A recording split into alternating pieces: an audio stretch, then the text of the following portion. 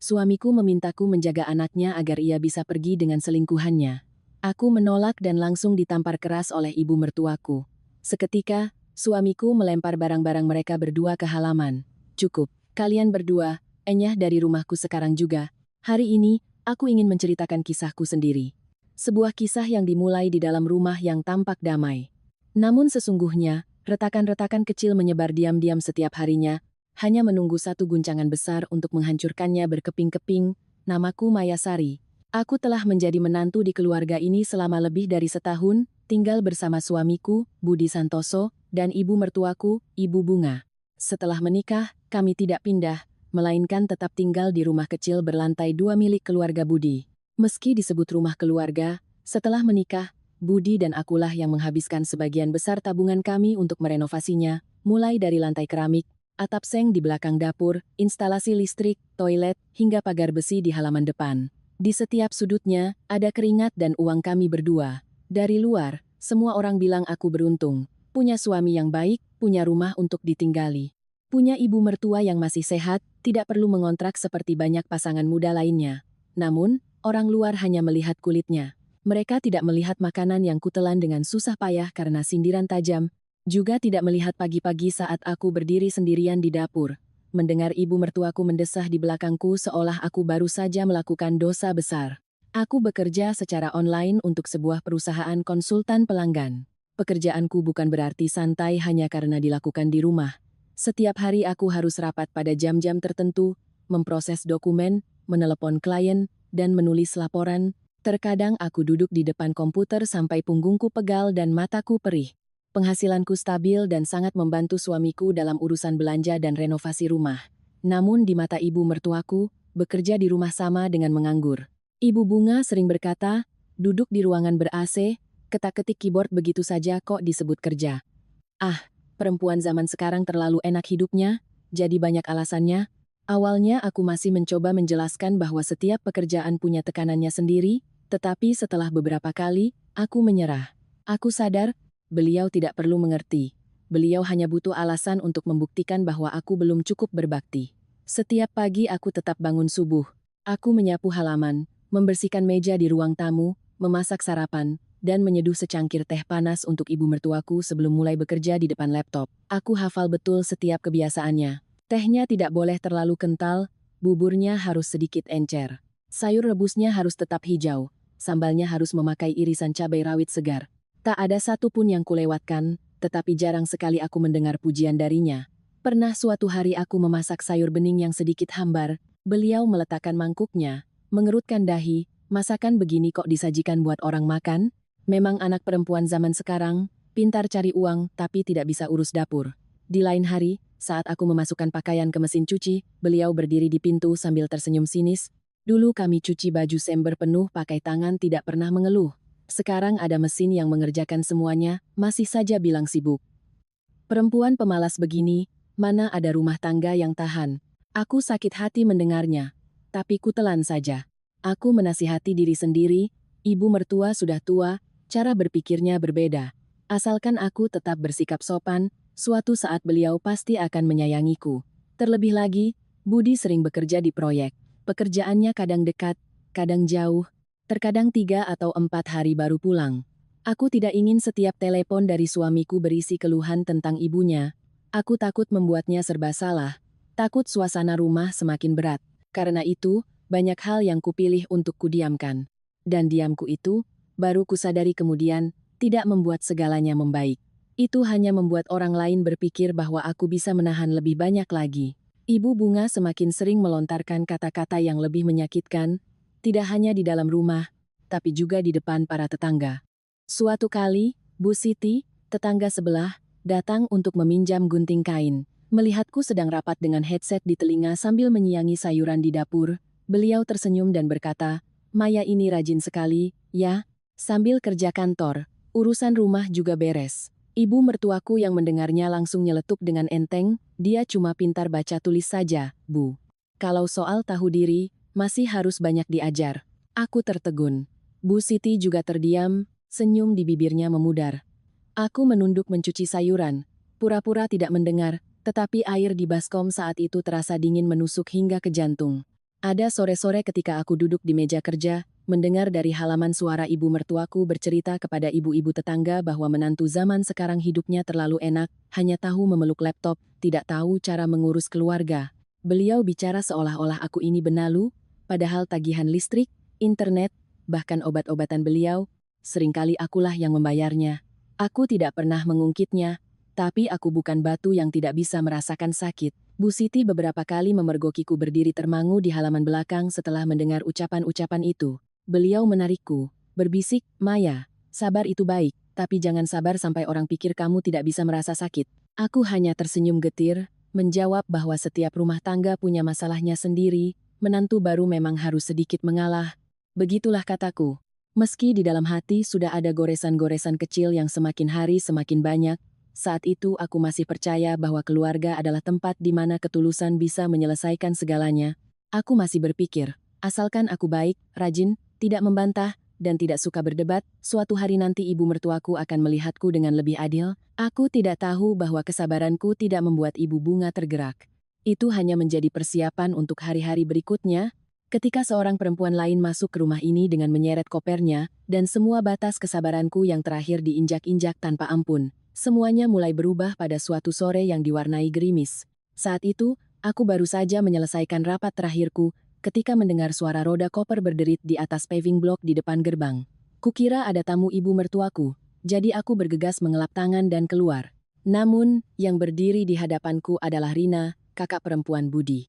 Mbak Rina mengenakan jaket tipis yang bahunya sudah basah.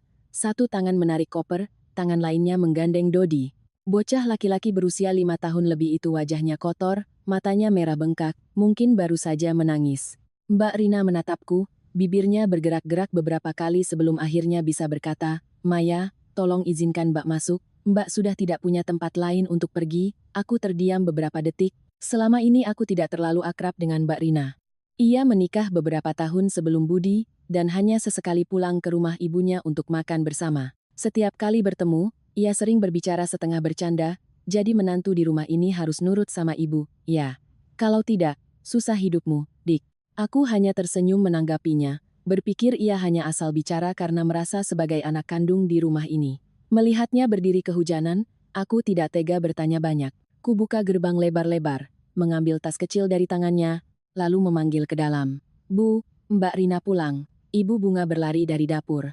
Begitu melihat putrinya, beliau tertegun sejenak, lalu segera menerjang dan memeluknya erat seolah putrinya baru saja kembali dari penderitaan yang hebat. Ya ampun, Nak, kenapa kamu jadi begini?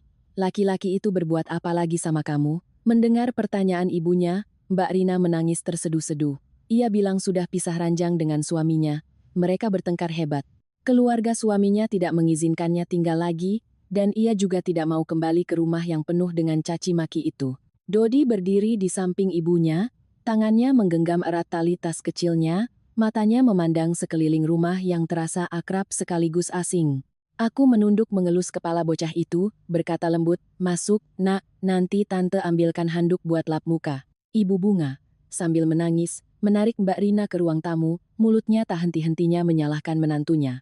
Ibu sudah bilang dari dulu, keluarga mereka itu tidak baik. Kasihan sekali anak ibu. Lalu beliau menoleh ke arahku. Nadanya berubah cepat. Maya, tolong bereskan kamar kecil di atas untuk Mbak dan keponakanmu tinggal sementara.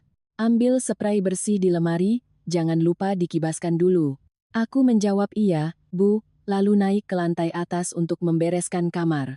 Kamar kecil itu biasanya kugunakan untuk menyimpan beberapa kardus barang lama dan rak bukuku. Aku memindahkan kardus-kardus itu satu persatu, mengepel lantai, mengganti spray, dan menambahkan bantal serta selimut tipis. Saat itu, aku benar-benar merasa kasihan pada Mbak Rina, seorang perempuan yang keluar dari sebuah pernikahan, apalagi dengan membawa anak kecil, benar atau salah, pasti tidak mudah. Kupikir, jika aku bisa membantu, kenapa tidak? Sesama keluarga, kalau sedang susah tidak saling menolong, lalu mau menolong siapa lagi? Malam itu, aku memasak nasi lebih banyak, membuatkan telur kukus daging cincang agar Dodi mudah memakannya. Mbak Rina duduk di meja makan, matanya masih bengkak, dan terus-menerus menghela napas. Ia bercerita suaminya tidak perhatian, keluarga suaminya meremehkannya karena tidak menghasilkan banyak uang. Ibu mertuanya di sana sering menyindirnya numpang hidup. Mendengar cerita itu, aku ikut merasa sedih. Ada kepedihan seorang perempuan yang hanya dengan mendengarnya saja sudah terasa ngilu, karena sedikit banyak, aku juga pernah mengalaminya. Kuambilkan sepotong ikan untuknya, berkata pelan, Mbak istirahat saja dulu di sini beberapa hari, tenangkan pikiran. Nanti urusan lain dipikirkan pelan-pelan. Mbak Rina menatapku, sorot matanya saat itu melembut. Makasih ya dik, kamu memang beruntung, dapat budi dan punya rumah yang layak. Mbak sekarang cuma berharap ada tempat untuk menumpang tidur saja. Ucapan beruntung itu saat itu tidak terlalu kupikirkan. Aku hanya menganggapnya sebagai ungkapan hati seseorang yang sedang bersedih. Tapi jika ku ingat lagi sekarang, aku baru sadar ada sesuatu dalam suaranya yang tidak sepenuhnya ikut senang untukku. Rasanya lebih seperti perbandingan, seperti duri kecil yang tersembunyi di balik kain lembut. Hari-hari pertama, Mbak Rina tampak sangat tahu diri. Pagi hari ia bangun agak siang, tapi masih berkata padaku, biar Mbak bantu cuci piring, ya. Aku bilang tidak usah. Istirahat saja, dan ia pun tidak berbasa-basi lagi. Dodi awalnya masih pemalu, hanya duduk bermain mobil-mobilan di sudut ruang tamu. Setiap kali aku lewat, bocah itu mendongak dan memanggil Tante Maya dengan sangat manis, membuatku merasa iba. Namun, kedamaian itu tidak berlangsung lama. Baru beberapa hari, koper Mbak Rina belum sempat disimpan rapi, barang-barangnya sudah mulai menyebar ke seluruh rumah. Pakaiannya tersampir di sofa, tas kosmetiknya tergeletak di meja tamu. Sandal Dodi berserakan dari pintu depan hingga kaki tangga. Soal mainan, jangan ditanya. Mobil plastik, dinosaurus, kepingan Lego, bertebaran di seluruh lantai. Pernah suatu hari aku baru saja membawa semangkuk sayur, hampir saja terpeleset karena menginjak sebuah kelereng kecil. Aku menegurnya dengan halus, Mbak Rina, mainan Dodi tolong dirapikan di satu tempat ya, nanti ada yang terpeleset. Ia yang sedang berbaring di sofa sambil scroll ponsel hanya tertawa santai. Namanya juga anak-anak, Dik, dia kan lagi main, nanti juga Mbak bereskan. Tapi nantinya itu seringkali berlangsung sampai malam, dan pada akhirnya, yang membungkuk memunguti mainan itu satu persatu tetaplah aku. Dodi juga mulai lebih nakal. Ia terus-menerus membuka kulkas, mengambil yogurt, memakannya setengah lalu menaruhnya kembali, mengambil spidol warna dan mencoret-coret sisi meja. Pernah juga ia menumpahkan segelas air ke tumpukan dokumen yang baru saja kucetak untuk persiapan rapat. Aku panik dan bergegas mengelapnya, sementara Mbak Rina hanya melirik sekilas lalu berkata, aduh, cuma kertas, kan bisa dicetak lagi, anak kecil mana tahu apa-apa, jangan dimarahi. Aku tidak memarahi Dodi, aku hanya ingin Mbak Rina mengerti bahwa anak kecil justru semakin perlu diawasi oleh orang dewasa. Tapi setiap kali aku mencoba memberi saran, Ibu Bunga selalu membela putrinya. Beliau berkata, dia baru pisah dari suaminya, pikirannya sudah pusing. Kamu jangan terlalu perhitungan begitu. Rumah ada tambahan anak kecil ya pasti berisik, memangnya mau sepi kayak kuburan? Aku diam, tapi hatiku mulai terasa berat. Sejak Mbak Rina datang, pekerjaan rumah tangga otomatis bertambah banyak tanpa ada seorang pun yang meminta tolong dengan baik-baik. Piring kotor lebih banyak, cucian lebih banyak, ruang tamu lebih berantakan. Suara tangis dan tawa anak kecil juga menyela di setiap rapatku. Mbak Rina selalu beralasan lelah, sedih karena urusan keluarga, pusing, atau tidak bisa tidur, untuk berbaring sepanjang hari. Sementara ibu mertuaku, bukannya ikut membantu, malah menganggap semua itu adalah kewajibanku. Suatu kali, saat aku baru saja mengumpulkan tumpukan pakaian Dodi yang tercampur di bawah tangga, aku mendengar Ibu Bunga berkata kepada Mbak Rina di dapur, kamu istirahat saja, nak, sudah pulang ke rumah ibu, jangan susah-susah lagi. Ada Maya di sini, urusan sepele di rumah biar dia yang urus. Aku tertegun, tanganku masih memegang baju kecil yang ujungnya berlumpur. Saat itu aku tiba-tiba sadar, di mata mereka, bantuanku bukan lagi sebuah kebaikan. Itu sudah mulai dianggap sebagai kewajiban. Aku memang kasihan pada Mbak Rina, kasihan pada Dodi juga. Tapi rasa kasihan, jika salah tempat dan dimanfaatkan setiap hari, perlahan akan berubah menjadi kelelahan yang sulit dijelaskan. Dan dari hari-hari yang tampak seperti kekacauan kecil itulah, pintu untuk hal-hal yang lebih keterlaluan mulai terbuka. Awalnya, saat Mbak Rina baru datang menumpang, aku masih berpikir ini hanyalah fase sulit sementara. Perempuan setelah mengalami kegagalan rumah tangga, suasana hatinya tidak menentu itu wajar. Aku menasihati diri untuk lebih berlapang dada, membantu apa yang bisa dibantu, anggap saja demi Dodi. Namun, permintaan sebentarnya Mbak Rina mulai memanjang, berulang kali hingga aku tidak tahu lagi itu permintaan tolong atau cara memerintah tanpa perlu bertanya. Pertama kali, Mbak Rina berdiri di depan pintu kamarku, tangan memegang dompet, rambut diikat seadanya. Maya, tolong jagain Dodi 10 menit ya. Mbak mau ke warung depan sebentar. Saat itu aku sedang memperbaiki laporan, belum waktunya rapat, jadi aku mengangguk. Dodi duduk bermain puzzle di lantai, sesekali bertanya polos padaku. Kupikir menjaga anak sebentar tidak apa-apa, sesama keluarga. Tapi 10 menit hari itu menjadi hampir 1 jam. Aku meneleponnya 2 kali, nada sambung berdering panjang lalu mati. Ketika ia kembali, di tangannya tidak ada kantong belanjaan apapun, selain segelas es teh yang sudah diminum separuh. Aku bertanya pelan, "Mbak beli apa kok lama sekali?" Mbak Rina tersenyum santai. "Oh, tadi ketemu teman lama di jalan, jadi ngobrol sebentar." "Maaf ya, Dik, sudah lama Mbak tidak punya teman curhat." Aku tidak berkata apa-apa lagi.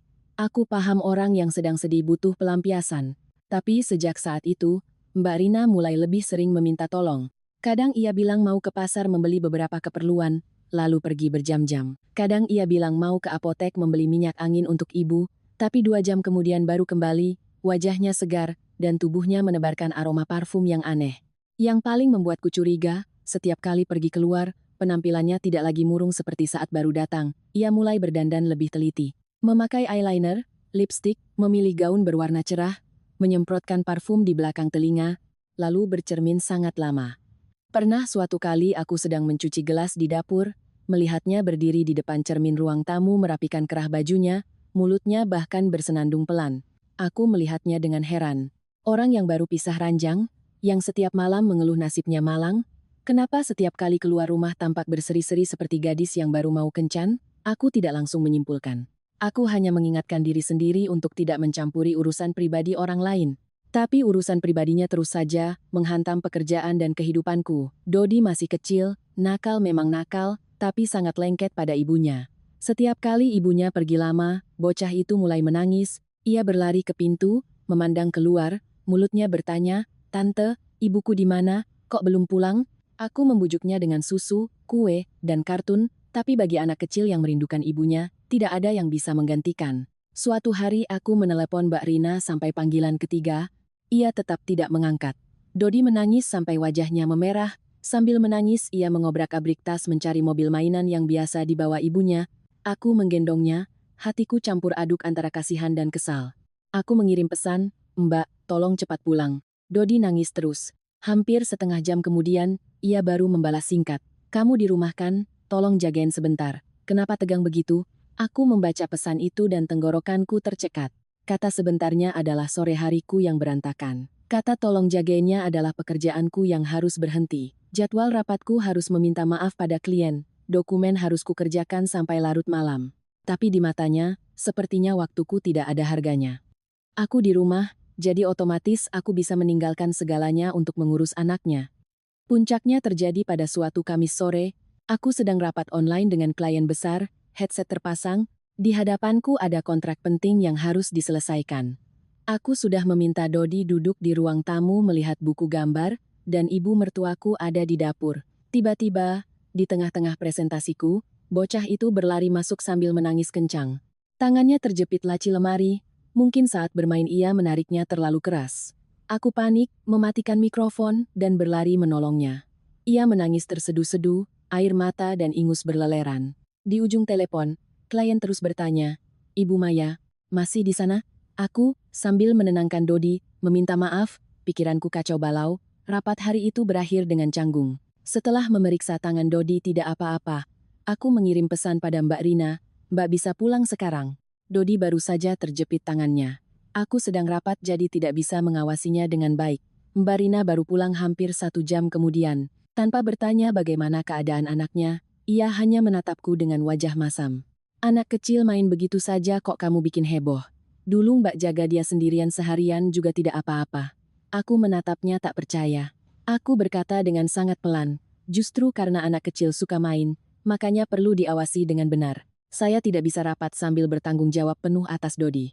Belum sempat Mbak Rina menjawab, Ibu Bunga keluar dari dapur. Beliau meletakkan keranjang sayuran dengan kasar di atas meja, suaranya ketus. "Sesama keluarga. Ada anak kecil satu saja diperhitungkan. Kamu ini seperti menjaga keponakan itu beban berat saja." Aku mencoba tetap tenang. "Bu, Maya tidak keberatan membantu. Tapi Maya punya pekerjaan, dan menjaga anak itu harus fokus.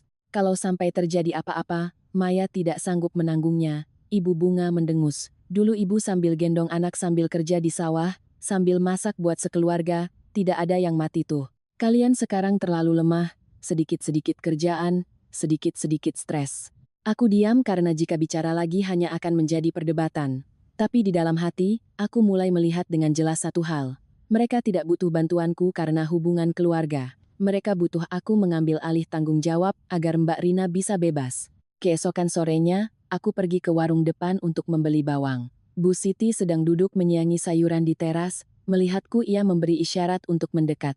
Beliau menengok ke kanan dan kiri, lalu berbisik, "Maya, ibu mau tanya, kakak iparmu itu akhir-akhir ini sering ketemu siapa ya?" Aku sedikit terkejut. Katanya sih ketemu teman lama, Bu, untuk menghibur diri. Bu Siti tersenyum sinis, berbisik lagi, "Teman lama kok setiap kali dijemput laki-laki naik mobil hitam di ujung gang? Ibu sudah lihat beberapa kali." Tanganku menggenggam erat ikat bawang. Bu Siti melanjutkan. Suaranya bukan seperti orang bergosip, lebih seperti sebuah peringatan. "Kakak iparmu itu dandanannya sekarang lebih heboh dari orang baru pacaran. Kamu hati-hati, jangan sampai di rumah jaga anaknya, sementara dia di luar berbuat yang tidak-tidak." Aku pulang dengan hati yang berat. Dandanan Mbak Rina yang berlebihan, telepon yang tidak diangkat, acara belanja yang berlangsung berjam-jam, semuanya tiba-tiba terhubung menjadi sebuah benang kusut yang tidak menyenangkan. Aku belum punya bukti, jadi belum bisa bicara apa-apa. Tapi sejak saat itu, di dalam hatiku mulai tumbuh kecurigaan yang sangat jelas. Mungkin Mbak Rina tidak hanya keluar untuk menghibur diri, dan jika itu benar, maka aku bukan sekadar orang yang dimintai tolong menjaga keponakan. Aku sedang dijadikan tameng untuk sebuah rahasia yang jauh lebih kotor. Kecurigaan, sekali muncul, sangat sulit untuk dipadamkan. Sejak Bu Siti berbisik padaku di ujung gang, aku mulai lebih memperhatikan setiap gerak-gerik Mbak Rina. Bukan karena aku suka mengurusi privasi orang lain, tetapi karena aku tidak mau terus-menerus dijadikan penanggung jawab untuk urusan yang gelap. Aku tetap bekerja, tetap memasak, tetap bersikap normal pada Dodi, tetapi di dalam hati selalu ada pertanyaan yang mengganjal. Sebenarnya kemana Mbak Rina pergi pada sore-sore yang wangi parfum itu? Jawabannya datang pada suatu siang yang sangat biasa. Hari itu cuaca sangat terik, rumah terasa panas seperti oven. Aku baru saja selesai telepon dengan klien dan tenggorokanku terasa kering. Aku turun ke dapur untuk mengambil segelas air. Ruang tamu sepi, Dodi sudah tidur di atas tikar kecil di bawah kipas angin, sementara Ibu Bunga di belakang rumah sedang mencuci sayur. Di atas meja tamu, ponsel Mbak Rina tergeletak tertelungkup, tetapi bergetar terus-menerus. Suara getarannya sangat pelan, tetapi terdengar begitu jelas di telingaku. Awalnya aku berniat melewatinya saja.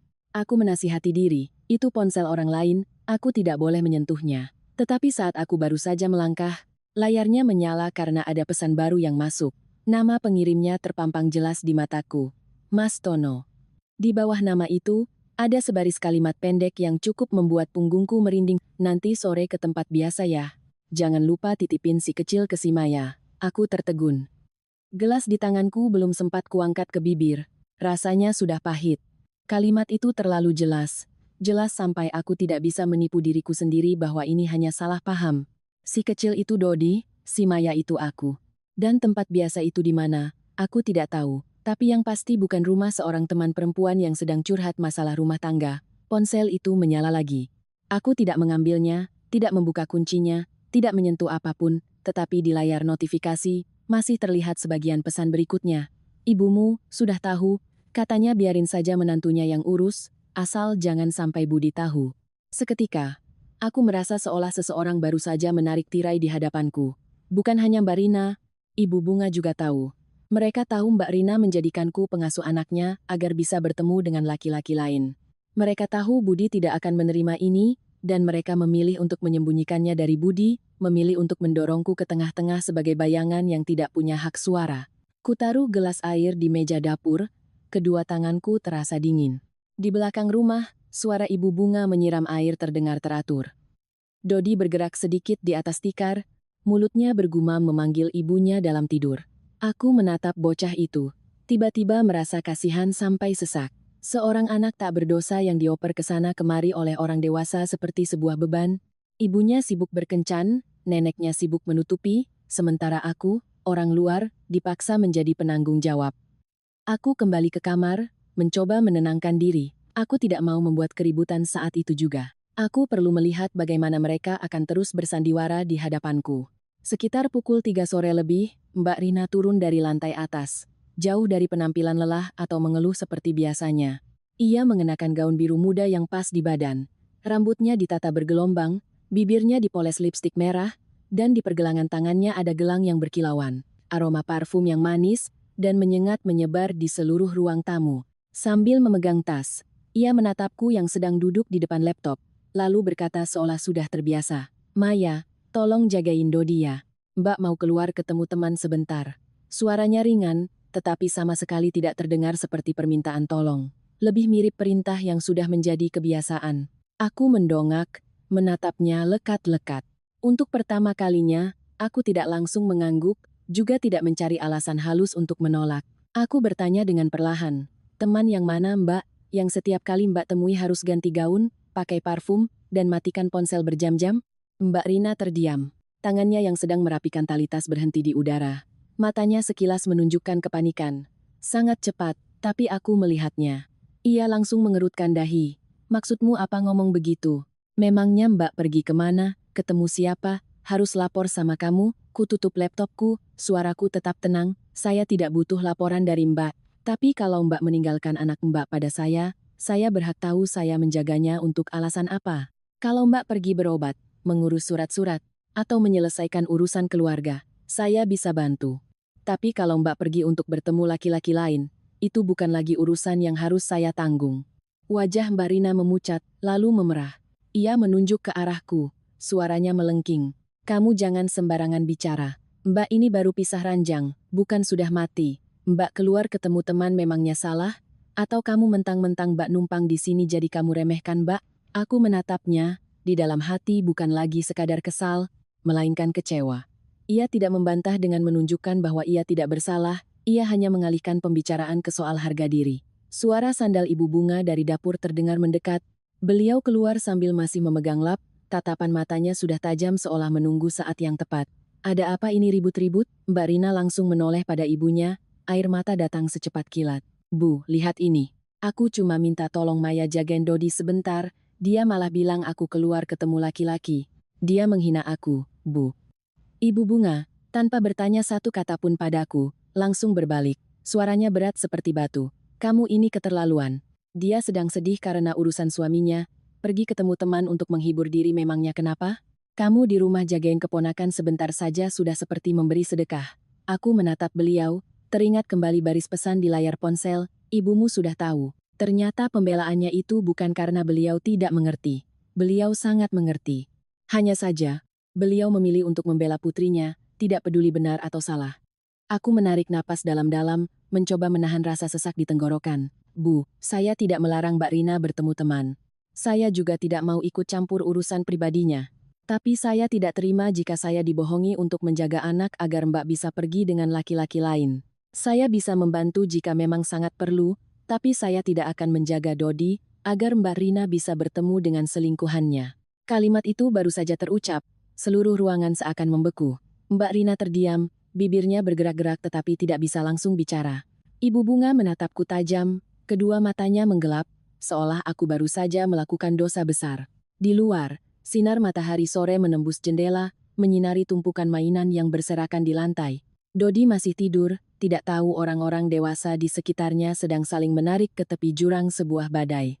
Mbak Rina menggeram, kamu tidak punya bukti. Jangan fitnah. Aku menjawab pelan. Ada hal-hal yang tidak perlu diteriakan untuk menjadi kenyataan. Orang yang melakukannya tahu sendiri apa yang sedang ia perbuat. Ibu Bunga membanting lap di tangannya ke atas meja, suaranya mendingin. Kamu semakin hari semakin kurang ajar ya, Maya. Jangan kira budi memanjakanmu lalu kamu bisa seenaknya naik ke kepala ibu dan kakakmu. Aku tidak mengalihkan pandanganku. Untuk pertama kalinya setelah lebih dari setahun menjadi menantu, aku menatap lurus ke arah mereka berdua tanpa menunduk. Aku tahu, sejak saat itu, segalanya tidak akan bisa kembali seperti semula.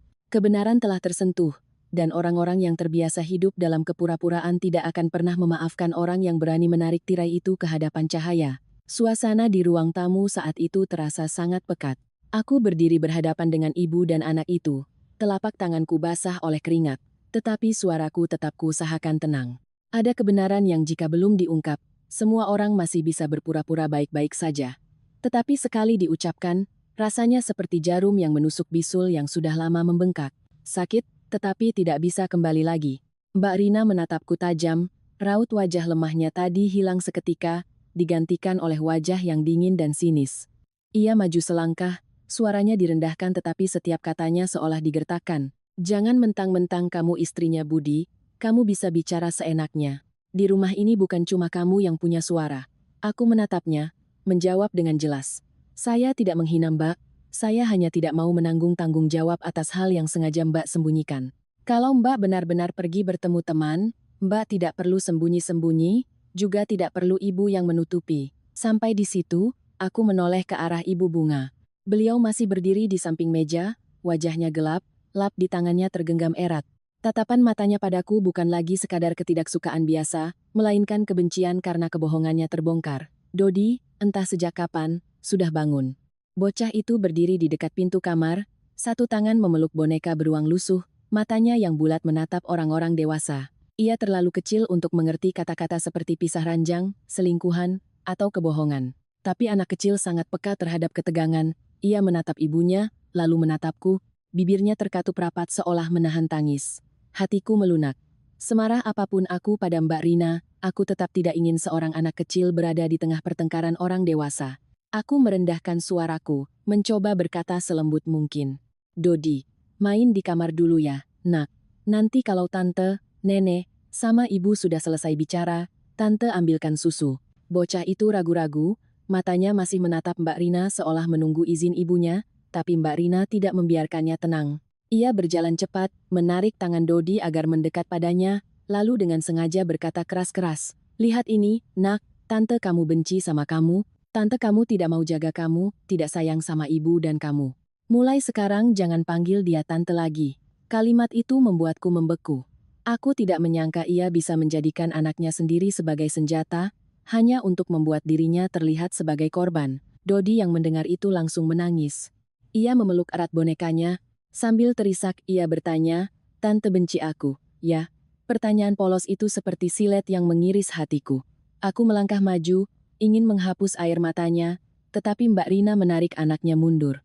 Ia menatapku, sudut bibirnya terangkat penuh tantangan, seolah ingin berkata, lihat, apa kamu masih berani menolak sekarang? Aku menahan amarah, berkata kata demi kata, Mbak jangan jadikan anak sebagai tameng. Seorang ibu tidak seharusnya menggunakan anaknya untuk menekan orang lain. Dodi tidak bersalah dalam hal ini, tapi justru karena dia tidak bersalah, Mbak semakin tidak boleh menelantarkannya untuk urusan pribadi Mbak. Wajah Mbak Rina memucat, ia berteriak, diam kamu belum punya anak, tahu apa kamu mengajari aku jadi ibu? Kalimat itu menyentuh lukaku. Aku dan suamiku menikah lebih dari setahun dan belum punya anak, bukan karena kami tidak mau, tapi karena aku pernah mengalami gangguan hormon. Dokter bilang aku harus menjalani pengobatan dan menjaga pikiran agar tetap stabil. Hal itu tidak pernah kuceritakan pada banyak orang, hanya ibu mertuaku yang tahu setelah suatu kali aku pergi periksa.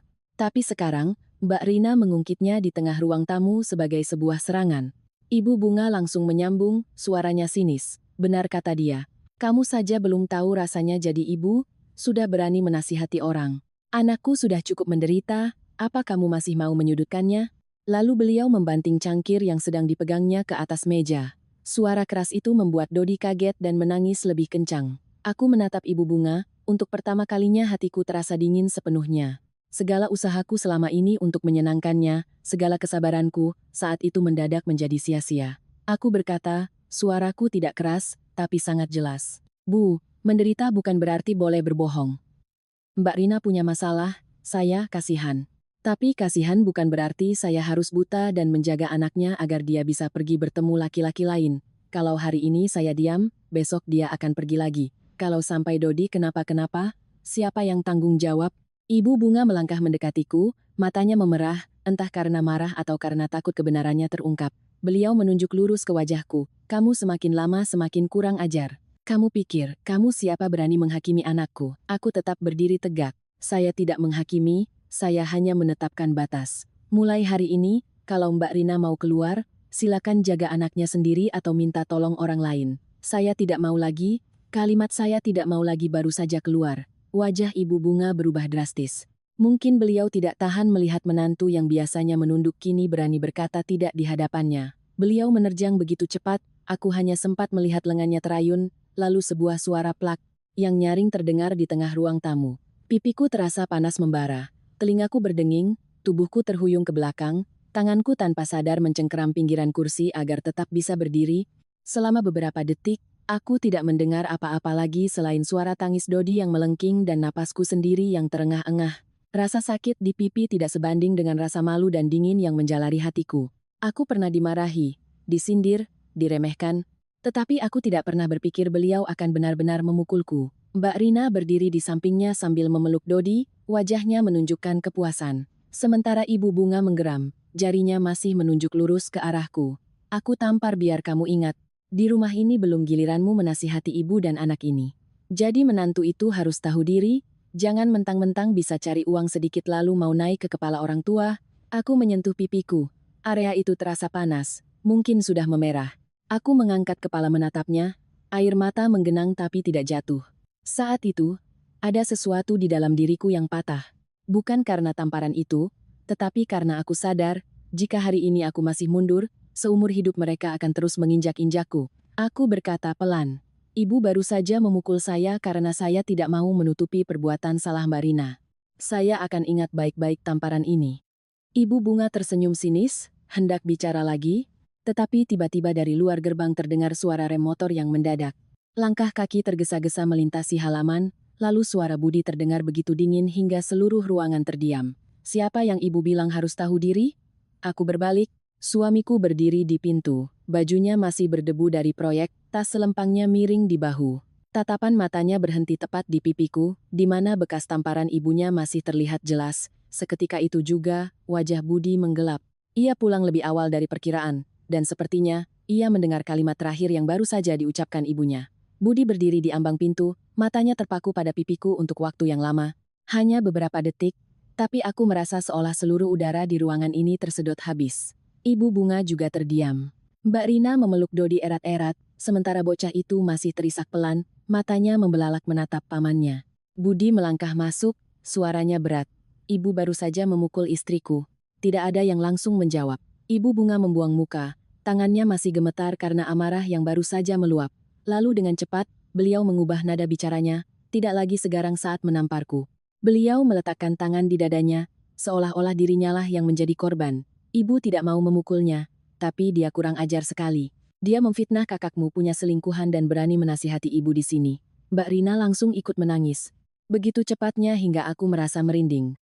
Sambil memeluk Dodi, ia menangis dan berkata, Budi, Mbak sudah cukup menderita. Mbak pulang ke sini untuk berlindung pada ibu dan kamu. Tapi Maya malah menghina Mbak di depan anak Mbak sendiri. Dia bilang Mbak pergi bertemu laki-laki, bilang Mbak menelantarkan anak untuk bersenang-senang. Bagaimana Mbak bisa tahan? Aku berdiri di sana, pipiku masih terasa panas, tetapi aku tidak menyela. Aku tahu jika aku bicara saat ini, mereka akan langsung mengubahnya menjadi pertengkaran yang kacau. Budi menatapku, tatapan matanya tidak tergesa-gesa seperti yang kubayangkan, tapi semakin lama semakin terasa berat. Ia bertanya, Maya, katakan sekali saja, apa yang sebenarnya terjadi? Aku menarik napas dalam-dalam, mencoba agar suaraku tidak bergetar. Aku menceritakannya dengan singkat, tanpa melebih-lebihkan, tanpa menangis. Aku menceritakan tentang Mbak Rina yang sering menitipkan Dodi padaku lalu pergi berjam-jam, telepon yang tidak diangkat, dan pesan yang muncul di layar ponselnya siang tadi, termasuk kalimat yang menyebut nama seorang pria bernama Tono. Aku juga menjelaskan kalimat yang paling membuatku merinding. Ibumu sudah tahu, biarkan saja menantunya yang urus, asal jangan sampai Budi tahu. Begitu mendengar itu, Mbak Rina seolah tersengat. Ia berteriak, kamu mengintip ponselku, ya? Dasar perempuan tidak tahu malu. Siapa yang memberimu hak untuk mencampuri urusan pribadiku? Aku menatapnya dan menjawab, saya tidak mengintip. Pesan itu muncul di layar di tengah ruang tamu. Tapi reaksi Mbak seperti ini, bukankah sama saja dengan mengaku? Wajah Mbak Rina memucat. Ibu Bunga langsung menyela. Budi, jangan dengarkan dia.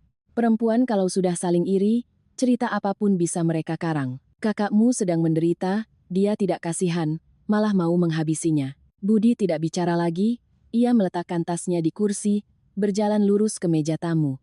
Ponsel Mbak Rina masih tergeletak di sana. Mbak Rina yang melihatnya langsung panik, ia menerjang untuk merebutnya kembali. Kemarikan, itu ponselku. Tapi Budi lebih cepat.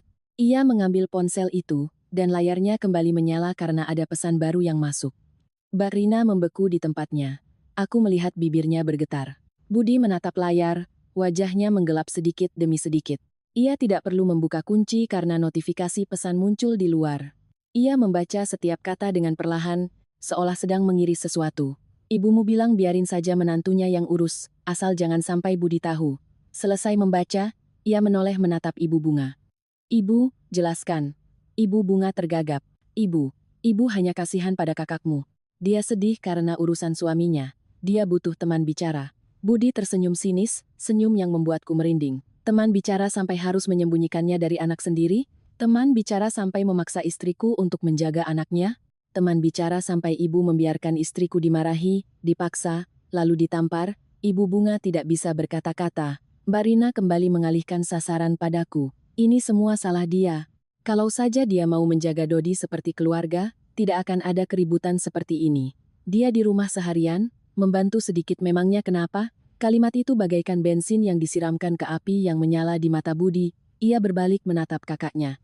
Mbak sadar tidak apa yang Mbak katakan? Mbak meninggalkan anak Mbak pada istri saya untuk bertemu laki-laki lain. Lalu Mbak menyalahkan istri saya karena tidak mau menjadi pengasuh untuk Mbak. Mbak Rina terdiam, tapi masih mencoba membantah.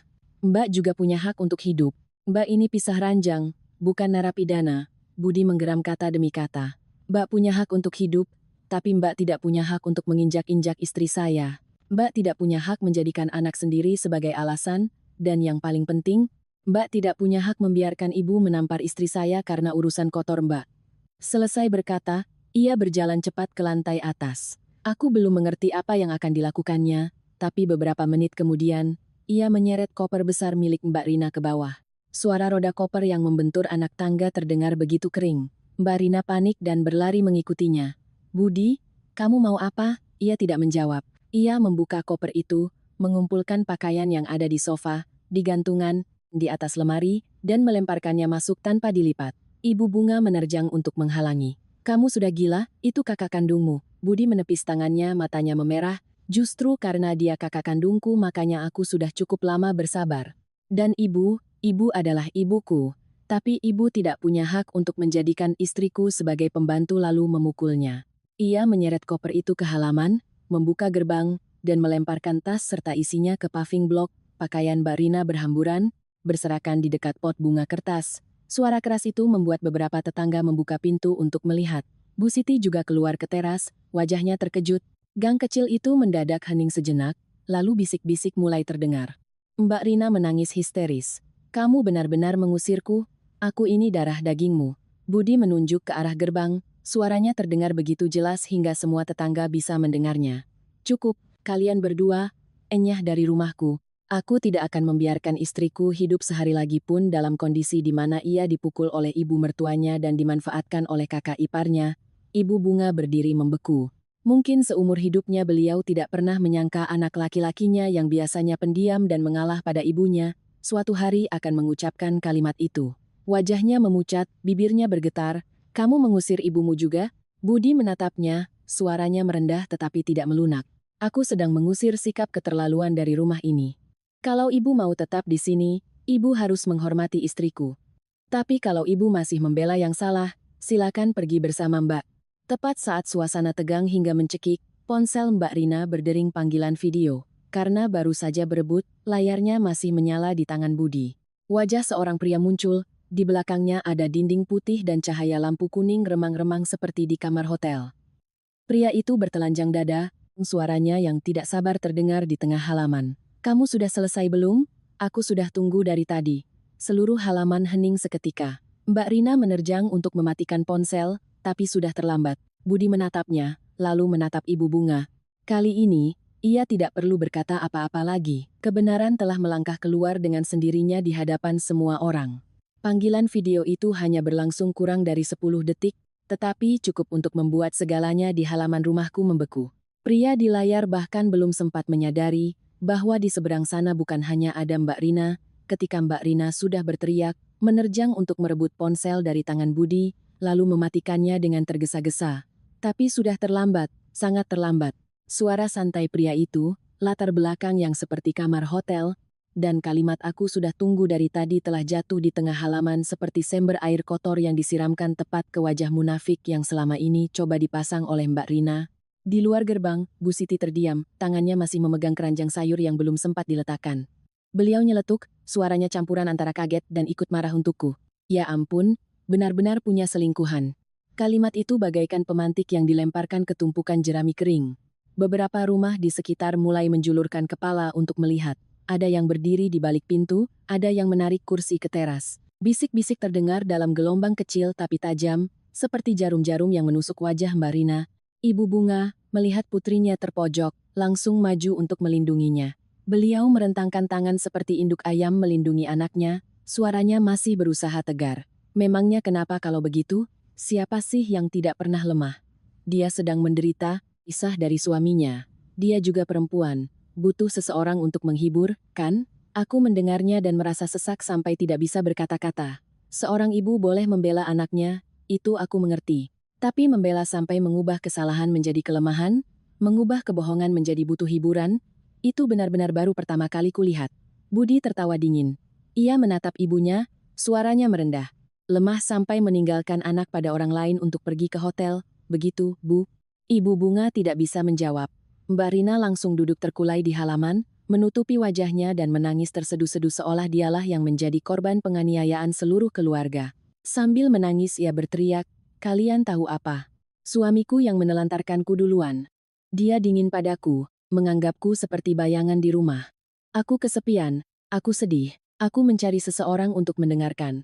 Apa itu salah sampai aku pantas mati?" Aku berdiri di dekat pintu, satu tangan masih menekan pipi yang panas, mendengar setiap kata yang diucapkannya dan hatiku semakin dingin. Jika Mbak Rina hanya mengaku dirinya lemah, mungkin aku masih bisa merasa kasihan sedikit. Tapi ia sama sekali tidak menyinggung Dodi, tidak menyinggung saat-saat ia meninggalkan anaknya di rumah menangis sampai serak. Dalam cerita versinya, hanya ada penderitaannya, sementara anaknya dan orang-orang yang ia manfaatkan seolah tidak ada. Budi menatapnya, urat lehernya menonjol. "Mbak kesepian, silakan selesaikan hidup Mbak. Tapi Mbak tidak punya hak untuk menyeret istri saya dan anak Mbak sebagai tameng. Jangan gunakan air mata untuk menutupi kesalahan." Mbak Rina mendongak hendak membantah, tapi tepat saat itu dari ujung gang terdengar suara rem motor yang mendadak.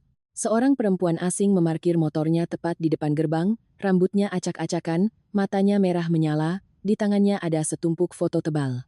Ia menyerbu masuk ke halaman, menunjuk lurus ke wajah Mbak Rina dan berteriak, "Dasar perempuan tidak tahu malu, kamu merebut suamiku dan sekarang berani pulang ke sini berakting jadi korban." Seluruh kompleks gempar. Wajah Ibu Bunga memucat.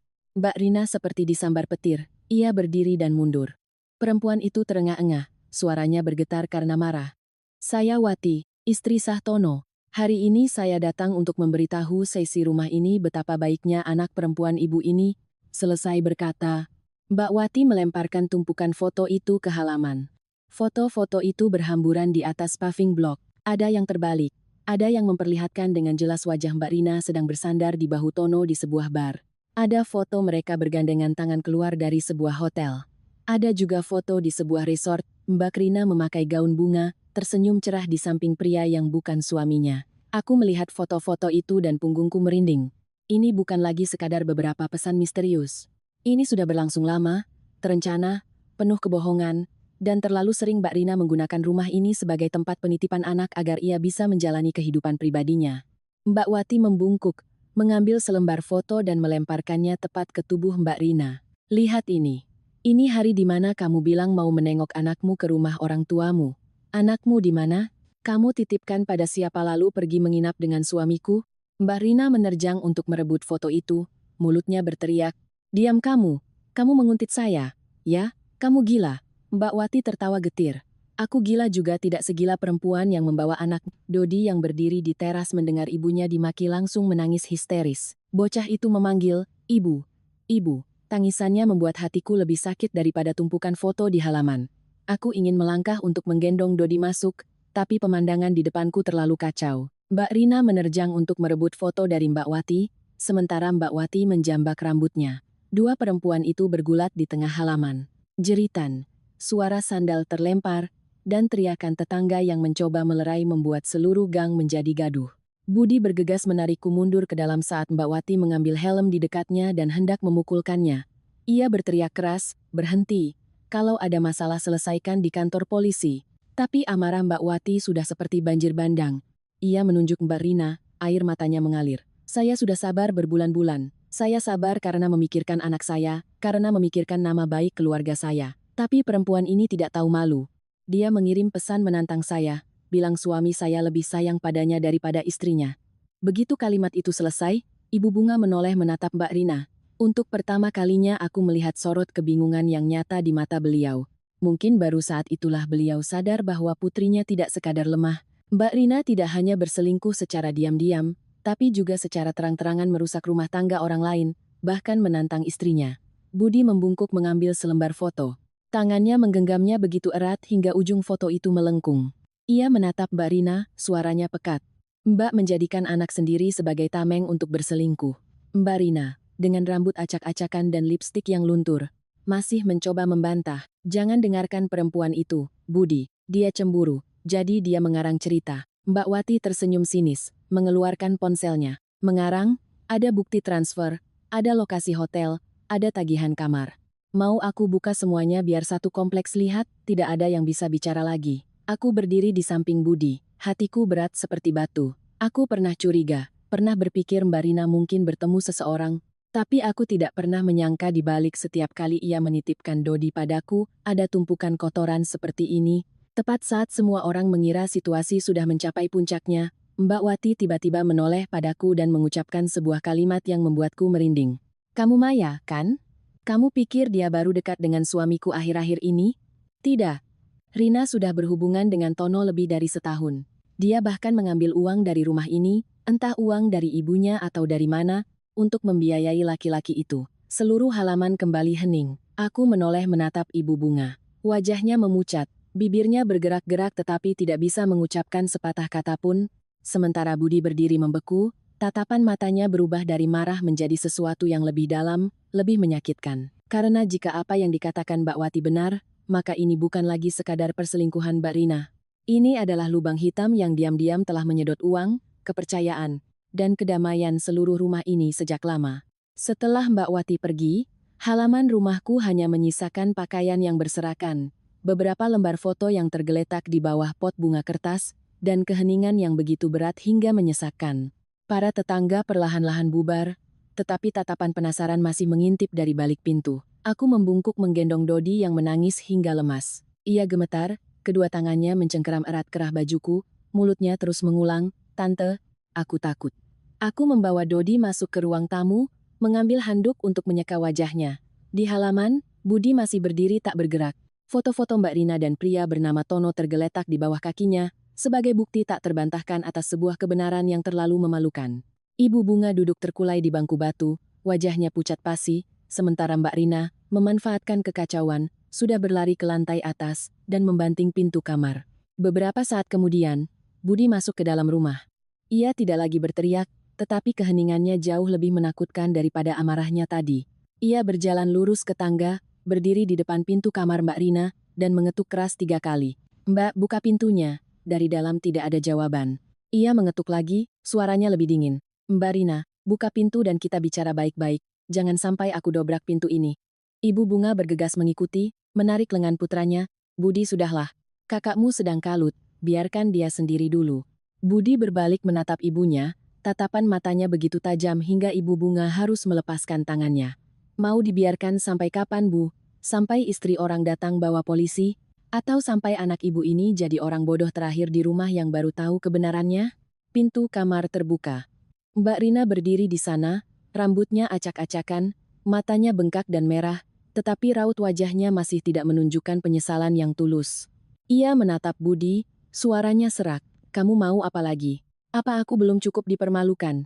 Budi menjawab cepat. Belum cukup jelas.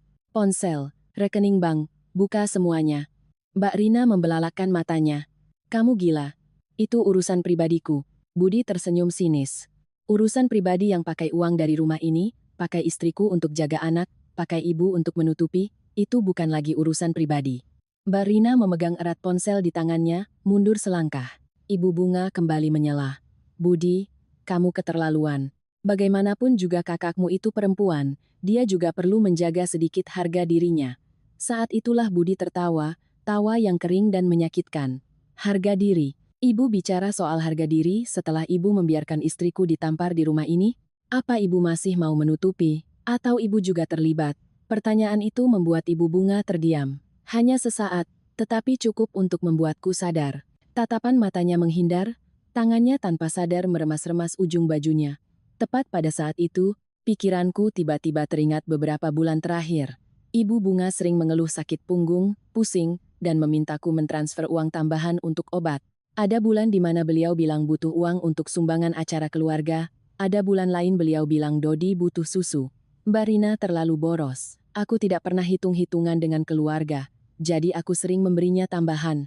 Kadang tunai, kadang ku transfer ke Budi agar ia berikan pada ibunya. Dulu kupikir itu adalah bentuk bakti. Sekarang jika kuingat lagi, setiap jumlah uang itu mendadak membuat punggungku merinding. Budi sepertinya juga teringat sesuatu. Ia turun ke ruang tamu, mengambil ponsel lama Ibu Bunga yang masih tergeletak di meja sedang diisi daya. Ibu Bunga kaget dan menerjang. Kamu mau apa? Budi menahan ponsel itu, suaranya tegas. Kalau ibu tidak menyembunyikan apa-apa, kenapa ibu takut? Ibu Bunga berdiri membeku. Mbak Rina dari atas tangga berlari turun, wajahnya pucat pasi. Budi, jangan periksa ponsel ibu. Kalimat itu sama saja dengan pengakuan. Budi membuka bagian pesan notifikasi dari bank. Karena ponsel lama itu belum memakai kunci sidik jari, hanya kata sandi sederhana yang sudah ia ketahui, semuanya terpampang jelas. Daftar transfer yang panjang, terus ke bawah tanpa henti. Ada bulan 3 juta, ada bulan 7 juta. Ada bulan lebih dari 15 juta rupiah ditransfer ke rekening Mbak Rina. Penerimanya tidak hanya Mbak Rina, tapi juga ada nomor rekening atas nama Tono. Aku berdiri di belakangnya, melihat setiap baris tulisan yang muncul dan jantungku berdebar kencang. Tetapi yang membuatku dan Budi merinding bukanlah angkanya, melainkan bagian catatannya. Buat Mas Tono urus kerjaan, uang sewa apartemen, bayar cicilan mobil, kirim ke Tono jangan buat ribut. Catatan singkat itu seperti tamparan-tamparan lain, bukan lagi di pipiku, melainkan langsung ke kepercayaan Budi. Ia menoleh menatap ibunya, suaranya serak. Ibu mengambil uang yang aku berikan, uang yang aku dan istriku kumpulkan setiap bulan, untuk membiayai selingkuhan Mbak. Ibu Bunga langsung menangis, tetapi air mata saat itu tidak lagi bisa membuat siapapun luluh. Beliau terisak. Ibu hanya ingin kakakmu punya laki-laki untuk bersandar. Dia sudah terlalu menderita, ibu takut dia berbuat nekat. Budi memukul meja dengan keras. Gelas air bergetar, Dodi di pelukanku kaget dan meringkuk. Ia menggeram. Ibu tahu dia merusak rumah tangga orang lain tapi ibu tetap membantu?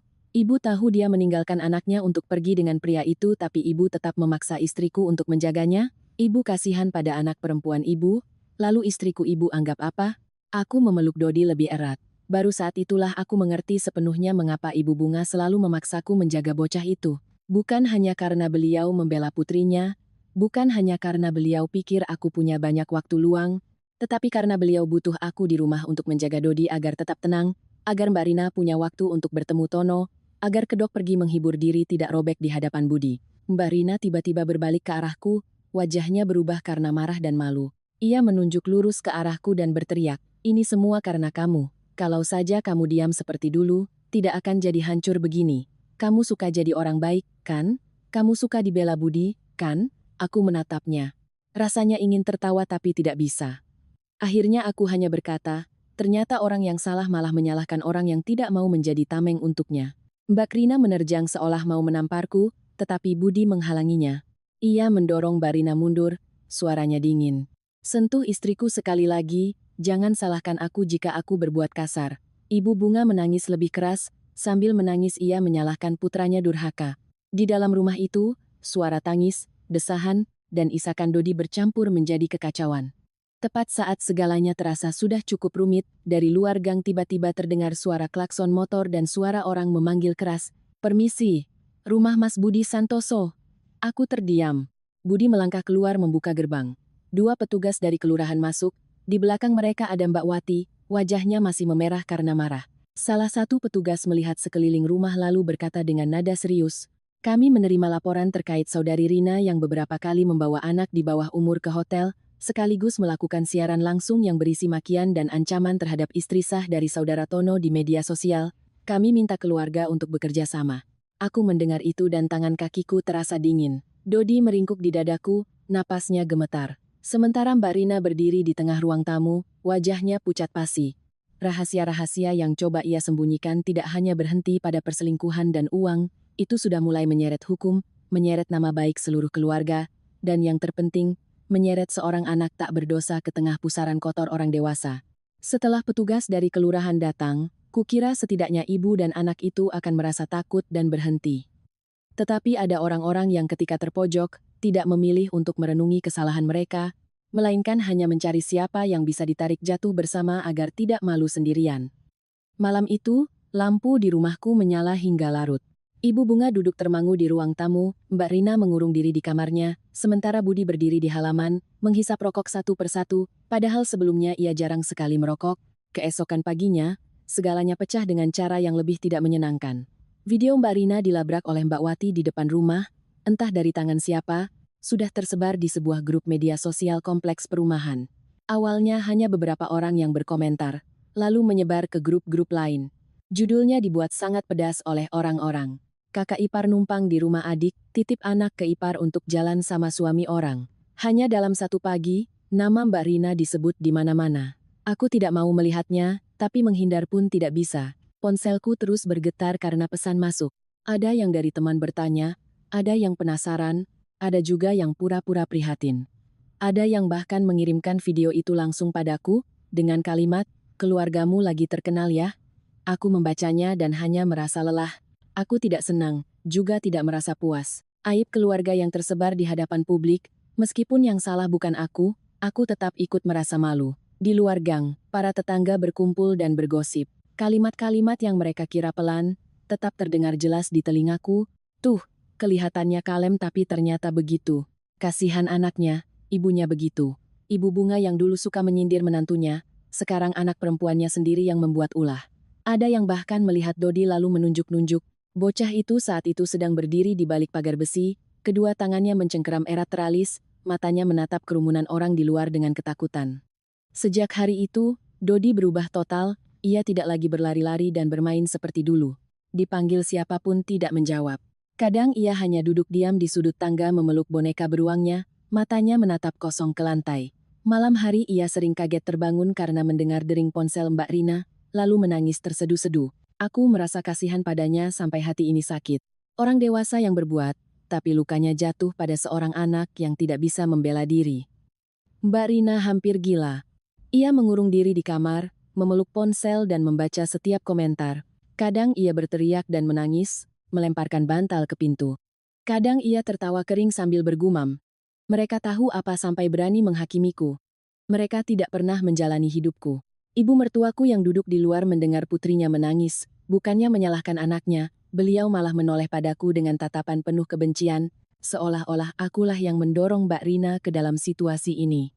Sore harinya, saat aku sedang membersihkan noda di lantai akibat pertengkaran kemarin, Ibu Bunga berdiri di belakangku dan berkata dengan dingin, "Puas kamu sekarang? Kamu sudah menghancurkan rumah ini." Aku berhenti mengelap tapi tidak berbalik. Beliau melanjutkan, "Kalau kamu tidak ikut campur, tidak mengurusi urusan pribadi kakak iparmu, apa keluarga ini akan dipermalukan sampai satu kompleks membicarakannya?" Aku menggenggam erat lap di tanganku. Jika dulu, mungkin aku akan buru-buru menjelaskan. Tapi saat itu, aku sudah tidak mau berdebat lagi. Aku sudah terlalu lelah harus membuktikan bahwa aku tidak salah dalam sebuah cerita yang semua orang bisa lihat dengan mata kepala sendiri. Aku hanya berkata pelan, "Yang berbuat salah bukan saya, Bu." Ibu Bunga tersenyum sinis. "Kalau bukan kamu, siapa lagi?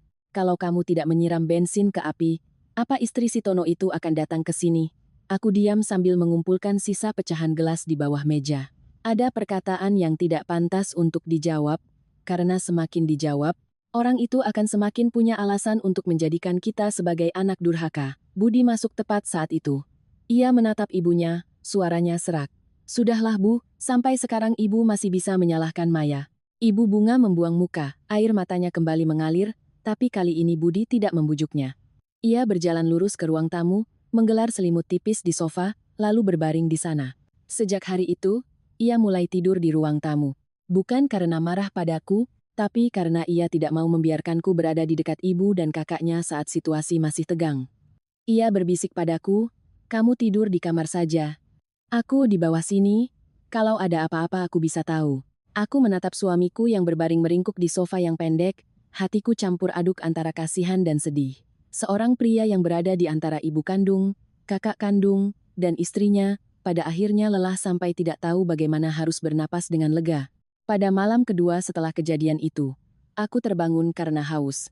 Jam menunjukkan pukul 1 lebih dini hari. Aku menuruni tangga dengan perlahan, berniat ke dapur mengambil air, tapi aku mendengar suara bisik-bisik dari dalam. Lampu dapur tidak menyala, hanya ada cahaya remang dari lampu tidur di lorong. Ibu Bunga dan Mbak Rina sedang duduk di dekat meja makan. Suara mereka sangat pelan, tapi di malam yang sunyi, terdengar jelas setiap katanya. Ibu Bunga berkata, "Kamu harus bisa menahan budi. Kalau dia benar-benar mengusir kita, kita bisa jadi gelandangan. Kamu tidak lihat, sertifikat rumah ini sekarang atas nama dia dan si Maya." Mbak Rina menggeram. Dia membela istrinya seperti kena pelet. "Bagaimana kalau kita salahkan saja si Maya? Bilang saja dia yang menghasut istri si Tono untuk datang melabrak. Bilang saja dia iri sama Mbak, jadi dia mengarang cerita selingkuh." Aku berdiri di balik pintu, punggungku terasa dingin. Sampai saat ini, ketika kebenaran sudah terpampang jelas, mereka masih tidak berpikir untuk meminta maaf atau memperbaiki diri. Mereka hanya berpikir bagaimana cara menarikku jatuh, menjadikanku sebagai dalang untuk menyelamatkan sisa harga diri mereka. Ibu Bunga diam beberapa detik, lalu berkata, "Benar. Kita harus membuat orang-orang melihat dia sebagai perempuan licik, menantu yang merusak rumah tangga mertuanya, siapa yang akan membelanya lagi?" Aku kembali ke kamar, tangan dan kakiku terasa dingin. Aku tidak langsung membangunkan Budi. Aku hanya duduk di tepi ranjang, menatap kegelapan di luar jendela, dan hatiku terasa hampa. Orang yang paling menakutkan bukanlah saat mereka berbuat salah, melainkan saat mereka tahu mereka salah, tapi tetap bertekad untuk menyalahkan orang lain. Keesokan paginya, apa yang kudengar di dapur menjadi kenyataan. Di sebuah grup Facebook kompleks, muncul sebuah unggahan anonim yang menceritakan bahwa aku, karena iri pada kakak iparku dan ingin mengusir ibu mertua serta kakak iparku dari rumah, telah menyewa orang untuk menguntit dan merekayasa adegan pelabrakan untuk mencemarkan nama baik Mbak Rina. Unggahan itu juga menyebutku sebagai tipe menantu yang mulutnya manis tapi hatinya jahat. Setelah mendapatkan suami, aku ingin menguasai seluruh harta keluarga suami. Budi membaca unggahan itu dan tangannya gemetar karena marah. Ia membanting ponselnya ke meja sambil menggeram, "Mereka sudah gila. Sampai segitunya mau menjatuhkanmu." Aku berdiri di sampingnya, lebih tenang dari yang kukira. Mungkin karena aku sudah mendengarnya tadi malam, jadi saat kejadian ini terjadi, aku tidak lagi terkejut. Aku hanya melihat dengan jelas satu hal. Ibu dan anak itu sudah benar-benar melakukan serangan balik.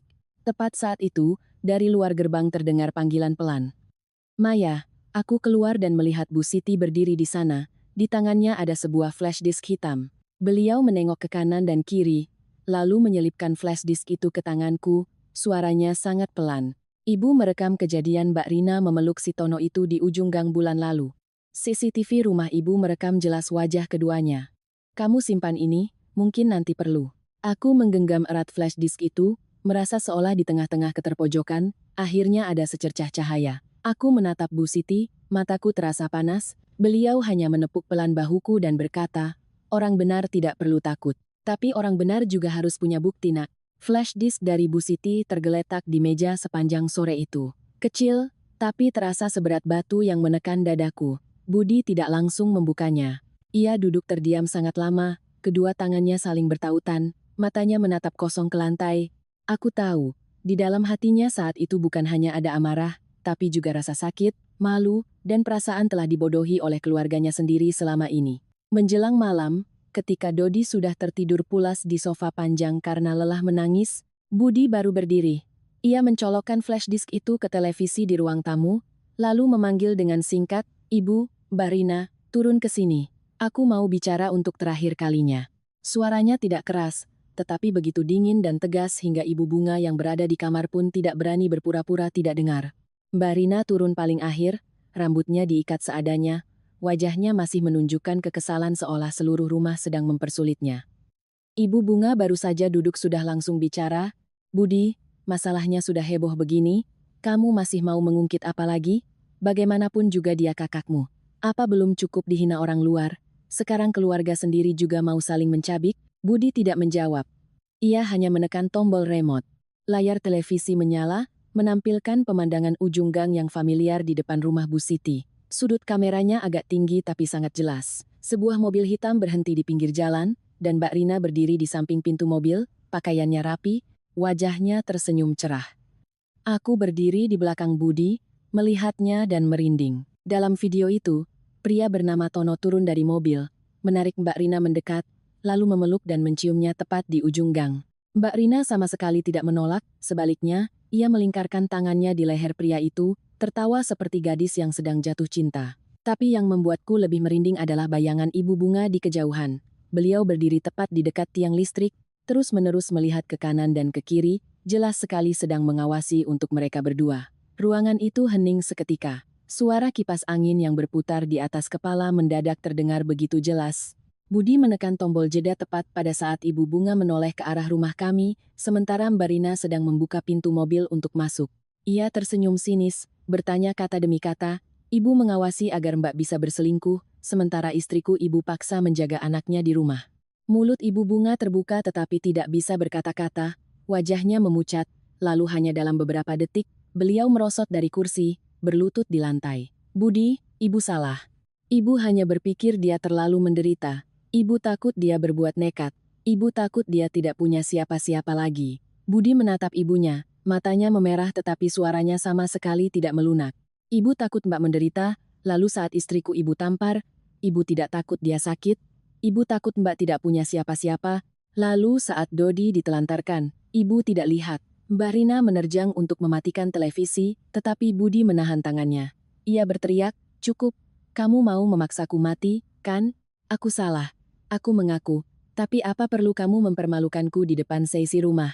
Budi melepaskan tangannya, menatap lurus. "Tidak ada yang mempermalukanmu. Kamu sendiri yang melakukan semua ini lalu memaksa orang lain untuk pura-pura buta." Selesai berkata, ia melangkah ke halaman, menarik 2 koper yang sudah ia siapkan entah sejak kapan ke tengah rumah. 1 koper milik Ibu Bunga, 1 lagi milik Mbak Rina. Aku kaget melihatnya. Mungkin Budi sudah mempersiapkan keputusan ini bahkan sebelum memutar video itu. Ia berkata dengan jelas, "Aku beri Ibu dan Mbak waktu 1 jam untuk berkemas. Malam ini kalian berdua pergi dari sini." Ibu Bunga mendongak, air mata membanjiri wajahnya. "Kamu benar-benar mengusir ibumu, ibu yang melahirkanmu, membesarkanmu. Sekarang karena seorang perempuan, kamu tega mengusir ibumu?" Budi mengepalkan tangannya. "Ibu jangan membawa-bawa jasa ibu untuk menutupi kesalahan. Aku tidak pernah lupa jasa ibu, tapi jasa itu bukan berarti ibu boleh memukul istriku, membohongiku, dan membantu Mbak berbuat salah." Mbak Rina juga berteriak, "Ini rumah leluhur, rumah ini rumah ibu, rumah adikku.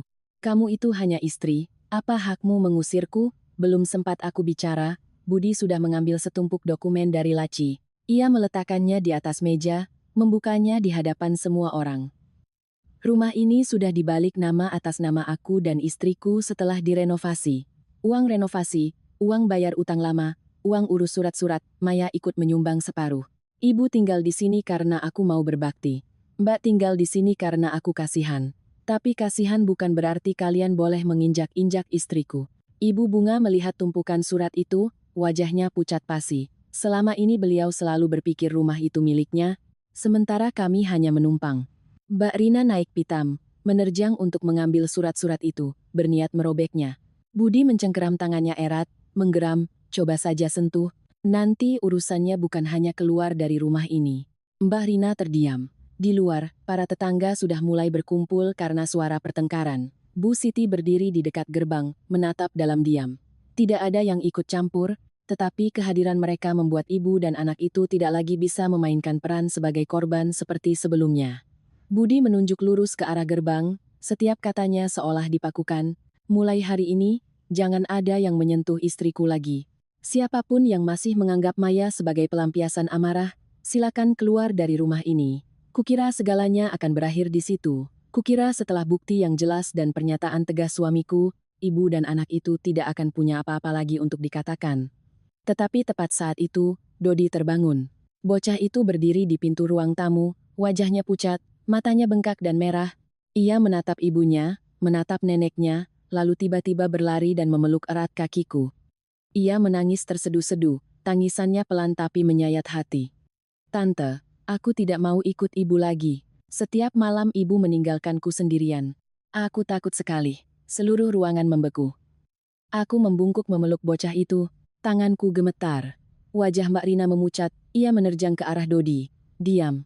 Kamu bicara apa? Ia hendak membungkam mulut anaknya, tetapi Budi sudah melangkah maju menghalanginya. Ia menatap kakaknya. Tatapan matanya kali ini bukan lagi sekadar marah, melainkan kengerian. Sudah berapa kali kamu meninggalkannya sendirian? Mbak Rina tergagap. Tidak, anak kecil bicara ngawur. Dia sudah tidur, jadi Mbak keluar sebentar. Dodi semakin menangis kencang, memelukku erat. Ibu kunci pintu. Ibu bilang kalau aku jadi anak baik, nanti dibelikan mainan robot. Tapi aku panggil-panggil, ibu tidak dengar. Ibu Bunga berdiri di belakang, bibirnya bergetar. Untuk pertama kalinya, beliau tidak langsung maju membela putrinya. Beliau menatap Barina, lalu menatap Dodi yang gemetar di pelukanku, tatapan matanya seolah baru saja ditampar dengan keras. Segala pembelaan, segala alasan bahwa putrinya menderita, hancur berkeping-keping di hadapan pengakuan seorang anak kecil.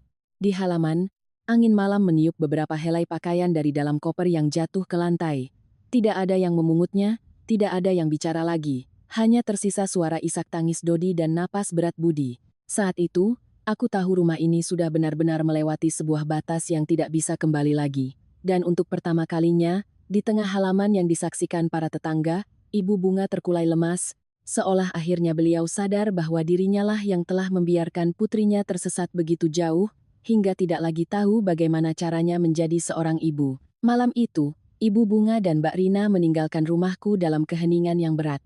Langit tidak hujan, tetapi angin dingin berhembus kencang di gang, membuat beberapa helai pakaian di dalam koper Mbak Rina berkibar-kibar, sama seperti hidupnya saat itu. Ibu Bunga menarik satu koper tua, Mbak Rina menarik sisanya. Tangan kirinya menggandeng Dodi. Bocah itu beberapa kali menoleh ke arahku, matanya yang merah basah tetapi tidak berani menangis keras. Budi berdiri di gerbang, wajahnya dingin seperti batu.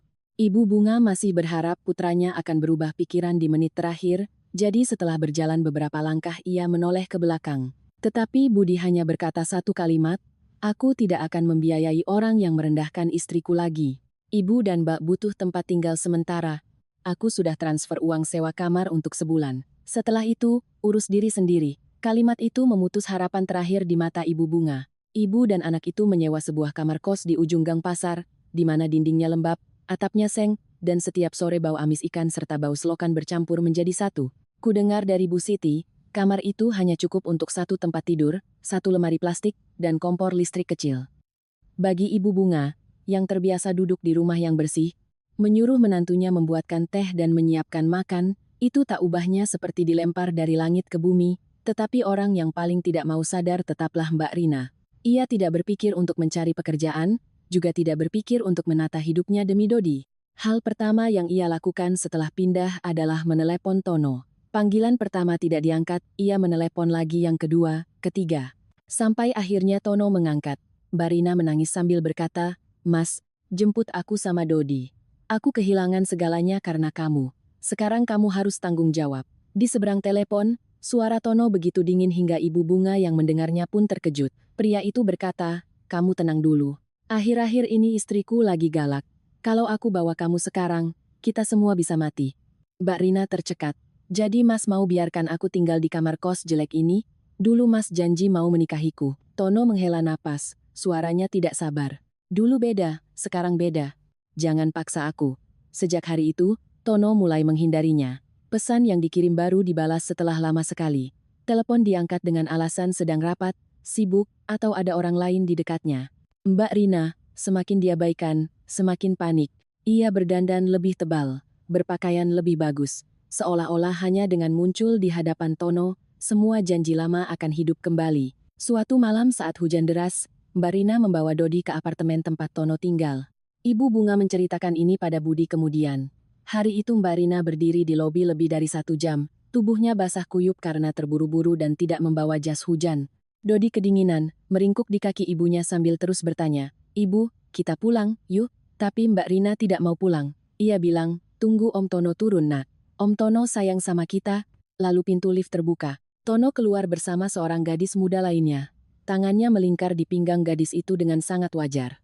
Seketika itu juga, Mbak Rina seolah ditampar dengan keras. Ia menerjang maju, suaranya pecah di tengah deru hujan di luar. Mas bilang cuma cinta sama aku. Mas bilang tunggu semuanya reda baru akan jemput aku dan Dodi. Tono terkejut, lalu wajahnya langsung menggelap. Ia melihat sekeliling lobi, melihat satpam dan beberapa penghuni lain sedang menatap, lalu ia mendorong Mbak Rina dengan kasar. Mbak Rina jatuh terduduk di lantai marmer yang dingin. Dodi menangis histeris, berlari memeluk ibunya. Tapi Tono tidak menolong. Ia hanya menunduk, menggeram. Kamu pikir kamu ini siapa? Perempuan yang menelantarkan anak untuk main jila? Siapa yang berani menikahimu? Aku cuma main-main sebentar. Kamu anggap serius? Kalimat itu, saat Ibu Bunga menceritakannya kembali, bahkan aku pun merasa ngeri, kejam, tapi juga menunjukkan sifat asli pria itu. Bagi Tono, Mbak Rina tidak pernah menjadi perempuan untuk dinikahi. Ia hanya sebuah hiburan yang sudah lengkap dengan air mata, kebutaan, dan seorang ibu tua yang siap membantu. Tepat saat Mbak Rina masih terduduk di lobi, istri Tono, Mbak Wati, muncul bersama beberapa kerabatnya. Ia mengangkat ponselnya dan merekam, suaranya dingin, semuanya lihat yang jelas. Ini selingkuhan yang bawa anaknya untuk menuntut tanggung jawab dari suamiku.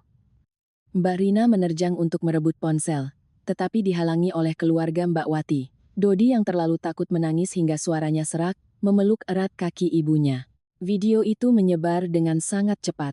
Hanya dalam satu malam, orang-orang memberinya berbagai judul yang pedas. Yang paling menyakitkan adalah, pelakor bawa anak datangi kekasih gelap. Aku hanya membacanya sekilas lalu mematikan ponsel, tidak mau melihat lebih jauh. Meskipun Mbak Rina pernah menyakitiku, aku tetap merasa ngeri melihat seseorang dicabik-cabik oleh kerumunan massa, tapi itulah harga yang harus dibayar karena masuk ke dalam kesalahan dan berpikir bisa keluar tanpa terluka. Hari-hari berikutnya, kamar kos Ibu Bunga dan Mbak Rina tidak pernah tenang. Ada yang lewat sambil melontarkan makian, ada yang lebih ekstrem, melemparkan air kotor ke pintu kamar. Ibu Bunga mulai benar-benar panik. Sebelumnya beliau masih berpikir, setelah beberapa hari, segalanya akan reda, Budi akan luluh, dan mereka bisa kembali pulang. Tapi sekarang, Mbak Rina kehilangan harga diri, kehilangan sandaran, dan Tono sudah cuci tangan. Menjelang subuh suatu hari, saat langit masih gelap, aku mendengar suara gedoran keras di gerbang. Budi yang tidur di ruang tamu terbangun lebih dulu. Aku mengenakan jaket dan mengikutinya ke halaman. Begitu gerbang dibuka, Ibu Bunga menerjang masuk, rambutnya acak-acakan, sandalnya hanya tinggal satu. Begitu melihatku, beliau berlutut di atas paving blok yang basah, kedua tangannya terkatup dan gemetar. Maya, Ibu salah. Ibu mohon, tolong selamatkan kakakmu. Suaranya serak, tidak ada lagi nada angku seperti dulu. Aku berdiri membeku. Orang yang pernah menamparku, yang pernah menunjuk wajahku dan memakiku untuk tahu diri, sekarang berlutut di hadapanku, air matanya bercampur dengan air hujan di wajahnya. Budi melangkah untuk menolong ibunya, tapi beliau tidak mau berdiri. Beliau meraih tanganku, menangis terseduh-seduh. Dia sudah gila, nak. Dia bilang hidup dipermalukan begini lebih baik mati. Dia mengunci diri di kamar bersama Dodi.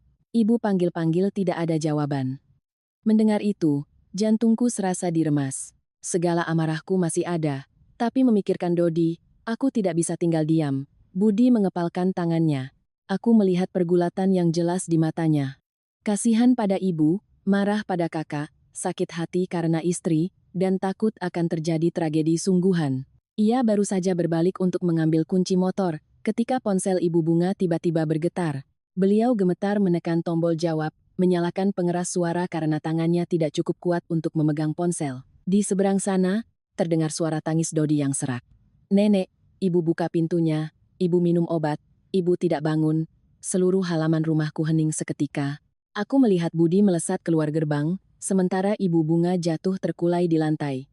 Dan aku tahu, entah benci atau sakit hati, kami tidak punya waktu lagi untuk saling menyalahkan. Kami tiba di kamar kos Mbak Rina saat langit masih remang-remang. Gang di ujung pasar itu basah karena hujan semalam, air menggenang di bawah cahaya lampu kuning yang redup. Budi berlari di depan, aku memapah Ibu Bunga di belakang. Beliau berlari sambil menangis, mulutnya bergumam, "Nak, jangan berbuat nekat. Ibu mohon." Di depan kamar kos itu, jantungku serasa mau copot. Pintunya terkunci dari dalam. Dari dalam terdengar suara tangis Dodi yang serak. "Nenek, Om." Ibu tidak buka mata. Budi menggedor pintu berkali-kali, suaranya parau. Mbak Rina, buka pintunya. Mbak dengar aku tidak?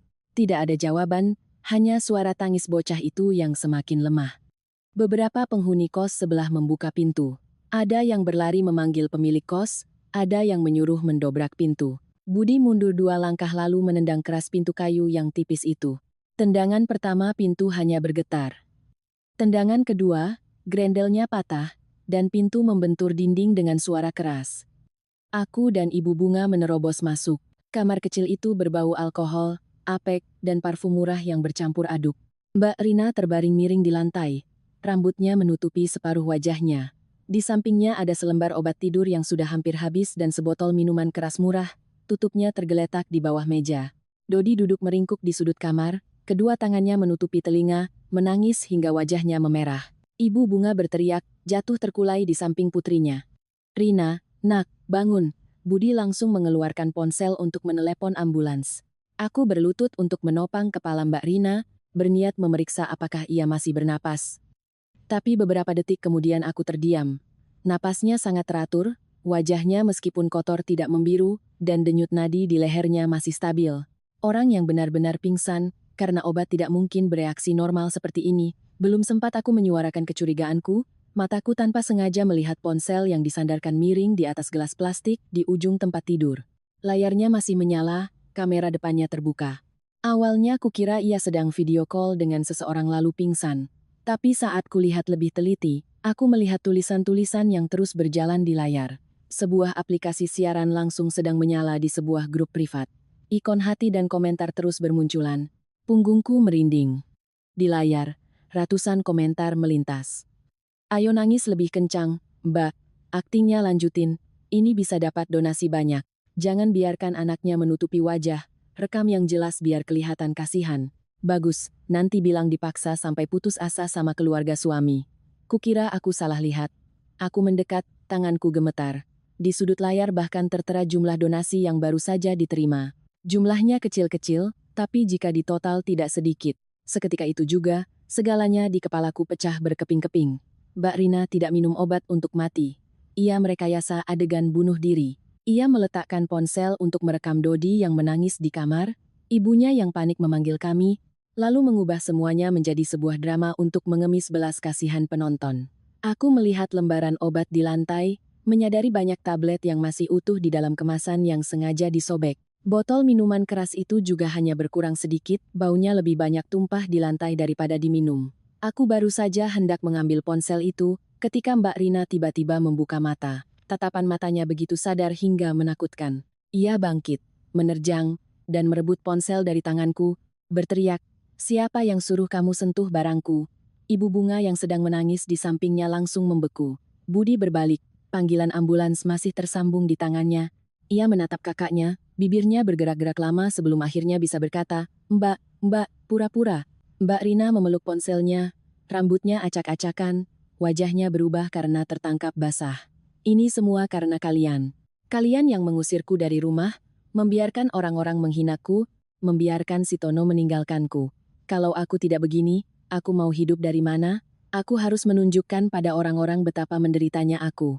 Budi menatapnya seperti melihat orang asing. "Mbak menjadikan anak sendiri untuk sandiwara di internet?" Suaranya bukan lagi amarah biasa. Terdengar serak dan kering seperti orang yang baru saja menelan segenggam abu. Mbah Rina tertawa miring. "Sandiwara kenapa? Setidaknya masih ada yang kasihan padaku, masih ada yang transfer uang. Kalau keluarga sendiri membuangku ke jalan. Aku tidak sanggup mendengarnya lagi." Aku menoleh ke arah Dodi. Bocah itu masih meringkuk di sudut, matanya membelalak tapi tidak berani menangis. Aku melangkah dan memeluknya. Begitu menyentuh lengannya, aku terdiam. Di lengan kecilnya ada beberapa bekas lebam, ada yang kuning, ada yang biru, jelas bukan bekas baru. Kutarik lengan bajunya sedikit, terlihat juga bekas cengkeraman di pergelangan tangannya. Aku bertanya dengan sangat pelan, "Dodi, tanganmu kenapa?" Bocah itu gemetar, matanya melirik ke arah ibunya lalu menunduk, aku mengelus punggungnya. "Cerita sama tante, tidak ada yang akan marahi kamu." Baru saat itulah ia menangis. Tangisannya pelan dan menyayat hati. "Ibu sering kunci aku di kamar. Ibu bilang aku harus nangis kencang biar orang-orang kasihan. Pernah aku tidak nangis?" Ibu cubit tanganku sampai sakit. Ibu Bunga yang mendengar itu langsung terhuyung. Beliau berpegangan pada tepi ranjang agar bisa tetap berdiri. Mbak Rina berteriak, dia bohong. Anak kecil tahu apa, tapi kali ini tidak ada yang mempercayainya lagi. Budi melangkah mendekat, suaranya dingin hingga bergetar. Mbak masih seorang ibu? Tepat saat itu, dua petugas kelurahan dan seorang petugas medis yang dipanggil tetangga muncul di pintu. Mereka melihat kondisi kamar, ponsel di tangan Mbak Rina, Dodi yang gemetar di pelukanku, lalu meminta Mbak Rina menyerahkan ponselnya untuk diperiksa.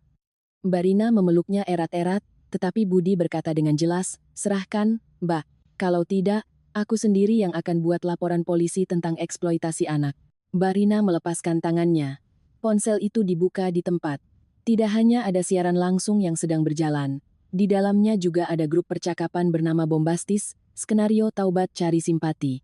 Di dalamnya, orang-orang mengarahkan Mbak Rina cara merekayasa adegan diusir keluarga suami, cara menangis di depan kamera, cara memunculkan anak di dalam frame agar lebih menyentuh, lalu menyematkan tautan jualan dan menerima donasi. Seorang petugas membaca beberapa pesan, wajahnya semakin serius. Anda sudah ikut grup ini berapa lama? Mbak Rina menunduk tidak menjawab. Petugas itu terus menggulir ke bawah, lalu berhenti pada sebuah percakapan yang membuat seisi ruangan terdiam. Seseorang di grup itu pernah mengirim pesan. Adegan dilabrak kemarin bagus, rekam wajahnya dari dekat. Videonya cepat viral. Lain kali, perkuat alur cerita ibu tunggal yang disingkirkan keluarga suami, aku merinding. Ternyata bahkan penghinaan kemarin, bahkan adegan Dodi menangis di tengah kerumunan, dianggap sebagai materi untuk mencari penonton. Aku tidak tahu apakah Mbak Rina dimanfaatkan atau sengaja menceburkan diri, tapi saat itu, batas antara korban dan pelaku sudah menjadi sangat kabur dan mengerikan. Ibu Bunga terduduk di lantai. Beliau menatap putrinya, air matanya mengalir tanpa isak. Mungkin untuk pertama kalinya beliau sadar bahwa sikap memanjakan dan melindunginya tidak menyelamatkan Mbak Rina. Itu hanya mendorongnya lebih jauh, menjadi lebih menyimpang, hingga tega menjadikan anak kandungnya sendiri sebagai alat untuk mengemis belas kasihan. Sementara aku, memeluk Dodi di dekapanku, merasakan tubuh kecil itu masih gemetar, dan sadar bahwa tragedi ini bukan lagi sekadar pertengkaran orang dewasa. Ini adalah seorang anak yang benar-benar terluka. Setelah malam yang mengerikan di kamar kos itu, pihak kelurahan meminta Mbak Rina untuk bekerja sama mengklarifikasi seluruh aktivitas siaran langsung yang melibatkan anak di bawah umur dalam situasi yang sensitif. Mereka menegaskan bahwa orang dewasa, sesulit apapun keadaannya, tidak boleh menggunakan anak-anak untuk mengemis belas kasihan, apalagi membiarkan seorang anak mengalami ketakutan hanya demi sandiwara di dunia maya. Mbak Rina duduk menunduk, kedua tangannya saling meremas, tetapi tatapan matanya masih kosong, seolah belum benar-benar sadar bahwa segalanya sudah keterlaluan. Kukira setelah diberi peringatan, ia akan merasa takut dan berhenti. Tetapi media sosial tidak melepaskannya semudah itu. Hanya dalam semalam, akun Facebooknya diserbu oleh hujatan, komentar-komentar jahat, makian, dan kutukan membanjiri setiap unggahan lamanya. Ada yang menggali foto-foto lamanya saat berlibur, ada yang mengambil tangkapan layar video siaran langsungnya saat menangis, lalu memberinya berbagai julukan yang tidak pantas. Beberapa toko online kecil yang dulu pernah mengendorse-nya juga langsung membatalkan kerjasama. Ada yang bahkan mengirim pesan langsung, "Maaf, kami tidak bisa melanjutkan kerjasama dengan citra yang sedang kontroversial seperti Anda." Mbak Rina membaca semua itu, wajahnya pucat berganti merah, lalu ia tertawa terbahak-bahak, selesai tertawa, ia menangis. Selesai menangis, ia memaki. Ia melemparkan ponselnya ke kasur sambil berteriak, "Mereka semua menghancurkanku. Mereka semua jahat padaku. Aku hanya ingin hidup." Aku berdiri di luar pintu kamar kos, melihatnya seperti itu dan hatiku terasa campur aduk. Aku marah padanya, sangat marah. Tapi melihat Dodi yang duduk meringkuk di sudut tempat tidur, matanya bengkak, tangannya masih memeluk erat boneka beruang lusuhnya, aku tidak bisa hanya memikirkan benar dan salah orang dewasa. Bocah itu baru berusia 5 tahun lebih, tapi hanya dalam beberapa hari ia harus menyaksikan ibunya dilabrak, neneknya menangis, pamannya marah, petugas datang, lalu diseret ke dalam siaran langsung palsu. Malam itu aku bicara pada Budi, bagaimana kalau kita bawa Dodi pulang beberapa hari, setidaknya agar dia bisa tidur nyenyak dan makan dengan baik. Budi terdiam lama, lalu mengangguk. Ia menoleh pada ibunya, suaranya serak. "Bu, biarkan Dodi ikut kami beberapa hari. Kondisi Mbak Rina sedang tidak stabil, aku tidak tenang." Tetapi Ibu Bunga langsung menolak, beliau memeluk Dodi, air matanya kembali mengalir. "Tidak boleh. Nanti orang-orang bilang kami kehilangan cucu. Dia anaknya Rina, tidak ada yang boleh membawanya pergi." Aku mencoba berkata lembut. Tidak ada yang mau merebut Dodi. Bu, hanya agar dia tidak stres beberapa hari saja. Ibu Bunga menggelengkan kepala terus-menerus seperti orang yang takut kehilangan pegangan terakhirnya. Tidak, ibu tidak akan biarkan siapapun membawanya. Ibu sudah kehilangan rumah, kehilangan muka, sekarang ibu tidak mau kehilangan cucu. Saat kami masih berdebat, Mbak Rina keluar dari kamar. Wajahnya tenang dengan cara yang aneh. Ia menatap kami dan tersenyum tipis. Sudah selesai berunding? Mau membagi-bagi hidupku lagi? Budi mengerutkan dahi. Mbak bicara apa? Ia tidak menjawab, hanya berbalik masuk ke kamar dan menutup pintu. Saat itu aku sudah merasa tidak enak, tapi aku tidak menyangka firasatku akan menjadi kenyataan secepat itu. Tengah malam, saat seluruh penghuni kos sudah terlelap, Mbak Rina membawa Dodi pergi. Keesokan paginya, Ibu Bunga ke kamarnya memanggil-manggil tapi tidak ada jawaban. Pintunya tidak terkunci. Di dalam hanya ada selimut yang kusut dan beberapa pasang baju anak-anak yang dikeluarkan lalu ditinggalkan. Ponsel Mbak Rina mati total. Ibu Bunga berdiri di tengah kamar, wajahnya pucat pasi. Lalu tiba-tiba beliau terduduk di lantai, memukul-mukul dadanya sambil menangis. Nak, jangan berbuat nekat. Ibu mohon. Budi hampir gila. Ia mengendarai motor mencari kemana-mana, dari terminal, taman, kafe-kafe lama, hingga gang-gang di sekitar pasar.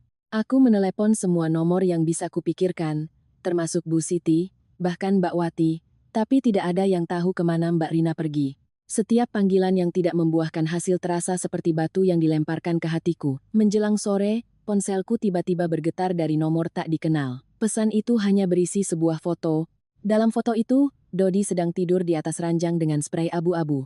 Kamarnya gelap, hanya ada cahaya kuning dari sudut dinding. Wajah bocah itu tampak merah, rambutnya basah oleh keringat. Tepat di bawah foto itu, ada sebaris kalimat, "Jangan paksa aku lagi, ku berikan ponsel itu pada Budi." Ia melihatnya dan wajahnya memucat. Dia benar-benar tidak stabil. Aku berkata dengan suara gemetar, "Kita harus lapor polisi sekarang." Kali ini tidak ada yang ragu lagi.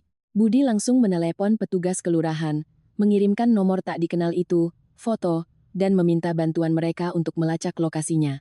Tetapi di saat semua orang masih kebingungan, Bu Siti tiba-tiba meneleponku. Suaranya sangat tergesa-gesa.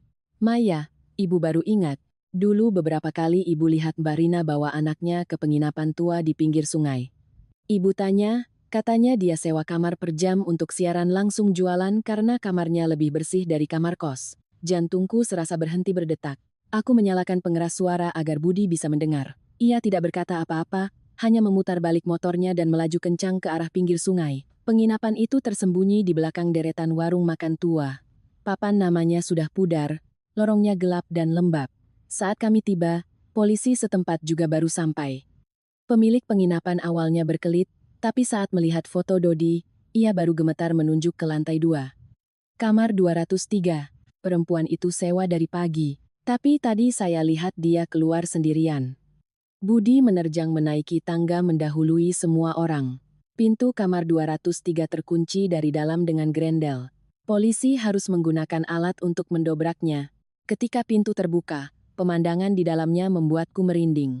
Dodi terbaring sendirian di ranjang, wajahnya merah padam, bibirnya kering dan pecah-pecah, napasnya terdengar berat. Aku berlari menggendongnya. Tubuhnya panas seperti bara api. "Dodi, ini tante. Kamu dengar tante tidak?" Aku memanggilnya sambil menangis. Bocah itu membuka sedikit matanya, bibirnya bergerak pelan. "Ibu mana tante?" Tidak ada yang bisa menjawab. Budi mencari di sekeliling kamar lalu terdiam di depan meja kecil dekat jendela. Di atasnya ada secari kertas yang ditindih gelas plastik. Tulisannya acak-acakan seperti ditulis dalam keadaan panik. Aku melihat Budi mengambil kertas itu, tangannya gemetar. Di sana hanya ada satu baris kalimat, "Aku sudah tidak mau hidup lagi." Ibu Bunga yang baru sampai di pintu mendengar itu langsung jatuh terkulai di lorong, tangisnya pecah menyayat hati. Sementara aku, memeluk Dodi yang demam tinggi, hanya merasa pandanganku menggelap. Tragedi yang paling kami takuti ternyata belum berakhir di kamar ini. Polisi segera menyebar di sekitar area pinggir sungai. Satu orang menelepon ambulans untuk Dodi, satu lagi menahan pemilik penginapan untuk dimintai keterangan. Budi nyaris tidak bisa berdiri tegak. Ia memegang secarik kertas di tangannya, matanya merah menyala, mulutnya terus mengulang, "Dia pergi kemana? Dia pergi kemana?" Aku memeluk Dodi yang panas, hatiku kacau balau. Anak itu bernapas berat di dadaku, tapi tangannya masih mencengkeram erat kerah bajuku seolah takut ditinggalkan lagi. Belum sampai 10 menit, seorang warga berlari tergopoh-gopoh dari arah jalan, melapor pada polisi. Ada seorang perempuan pakai baju merah berdiri di atas jembatan pinggir sungai dari tadi, Pak. Saya lihat aneh, jadi saya lapor. Dia berdiri mepet pagar, dipanggil tidak menoleh. Begitu mendengar kata baju merah, Ibu Bunga berteriak histeris. Itu adalah baju yang dipakai Mbak Rina saat meninggalkan penginapan. Budi melesat menuruni tangga seperti orang gila. Aku menggendong Dodi dan berlari mengikutinya. Meskipun aku tahu anak itu sedang demam tinggi dan tidak boleh kena angin, saat itu jika aku meninggalkannya, ia akan semakin panik. Polisi juga naik ke mobil, memimpin jalan. Jalan di pinggir sungai setelah hujan terasa licin. Lampu jalan yang kuning redup menyinari genangan air keruh. Angin bertiup kencang, terdengar seperti tangisan panjang di malam hari. Saat mobil baru saja berhenti di dekat jembatan, aku sudah melihat Mbak Rina. Ia berdiri di tepi pagar jembatan. Baju merahnya basah karena gerimis, rambutnya acak-acakan diterpa angin. Di bawah jembatan, air sungai yang keruh setelah hujan deras mengalir deras dan dingin. Ia tidak menoleh, hanya berdiri di sana, tubuhnya condong seolah sehelai daun kering yang siap ditiup angin. Ibu Bunga yang baru melihat putrinya langsung menerjang keluar mobil, tetapi ditahan oleh polisi, takut tindakannya akan membuat Mbak Rina semakin panik. Beliau berlutut di tengah jembatan, kedua tangannya terulur ke arah putrinya, menangis hingga serak. Rina, nak turun. Ibu mohon, ibu salah. Ibu sudah memanjakanmu sampai begini. Ibu tidak seharusnya membelamu membabi buta. Kamu mau marahi ibu, mau salahkan ibu, bagaimanapun boleh, tapi jangan buat ibu takut lagi. Mbak Rina tetap tidak menoleh. Ia menangis sambil tertawa, suaranya yang serak bercampur dengan suara angin. Salah lalu bisa apa lagi, Bu? Aku sudah kehilangan semuanya. Suami pergi, selingkuhan pergi, seluruh dunia menghinaku. Adikku sendiri mengusirku, anakku sendiri takut padaku. Muka ini mau ditaruh di mana lagi? Budi melangkah maju perlahan. Kedua tangannya diangkat agar Mbak Rina tahu ia tidak akan berbuat macam-macam. Suaranya bergetar tapi ia mencoba tenang. Mbak, lihat aku. Mbak salah, kita perbaiki. Mbak malu, kita hadapi pelan-pelan.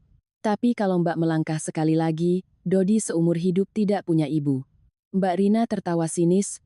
Dia sudah punya tante yang baik. Dia butuh apa lagi ibu seperti aku? Kalimat itu menusuk jantungku. Aku menunduk menatap Dodi. Bocah itu demam, wajahnya merah, bibirnya kering, tapi mendengar suara ibunya, ia masih mencoba membuka mata. Ia meronta dari pelukanku. Begitu mendadak hingga aku tidak sempat menahannya. Ibu. Ia berlari terhuyung-huyung ke depan. Kakinya yang kecil lemah karena demam, tapi ia tetap berusaha maju. Aku panik memanggil, Dodi. Kembali. Budi juga terkejut, tapi justru teriakan itulah yang membuat Mbak Rina terdiam. Dodi berhenti beberapa langkah dari ibunya, menangis sejadi-jadinya. Ibu, jangan tinggalin aku. Aku takut. Suaranya kecil, serak karena demam, tapi di tengah jembatan yang berangin, terdengar begitu jelas dan menyayat hati. Mbak Rina perlahan-lahan menoleh. Untuk pertama kalinya setelah berhari-hari, tatapan matanya tidak lagi liar, tidak lagi menantang. Yang ada hanya kepanikan seorang ibu yang melihat anaknya gemetar. Bocah itu, sambil menangis, melanjutkan. Aku tidak butuh rumah bagus, tidak butuh ponsel, tidak butuh ibu belikan robot lagi. Aku cuma butuh ibu. Ibu jangan kunci pintu tinggalin aku sendirian lagi. Aku janji jadi anak baik, aku tidak akan nangis kencang lagi. Kalimat terakhir itu bagaikan silet yang mengiris semua orang dewasa yang ada di jembatan itu. Ibu Bunga memegangi dadanya, menangis tanpa suara. Aku berdiri di belakang, air mataku jatuh tanpa kusadari. Mbak Rina gemetar. Satu kakinya masih berada di dekat tepi pagar, tetapi tangannya sudah terkulai lemas. Budi memanfaatkan momen itu dan menerjang maju. Polisi juga mendekat pada saat yang sama. Ia memeluk erat kakaknya, menariknya dengan kuat turun dari pagar. Mbak Rina meronta beberapa kali, lalu jatuh terkulai di atas aspal jembatan, menangis terseduh-seduh seperti anak kecil yang tersesat terlalu lama dan baru saja ditemukan. Budi, Mbak salah. Ia terus mengulang kalimat itu, suaranya terputus-putus. Mbak salah. Mbak tidak tahu harus bagaimana lagi. Mbak takut sekali. Budi memeluknya, tetapi wajahnya tidak menunjukkan kelegaan sepenuhnya. Ia baru saja menyelamatkan kakaknya, tetapi di dalam hati ia tahu, ada luka-luka yang tidak bisa sembuh hanya dengan sebuah pelukan.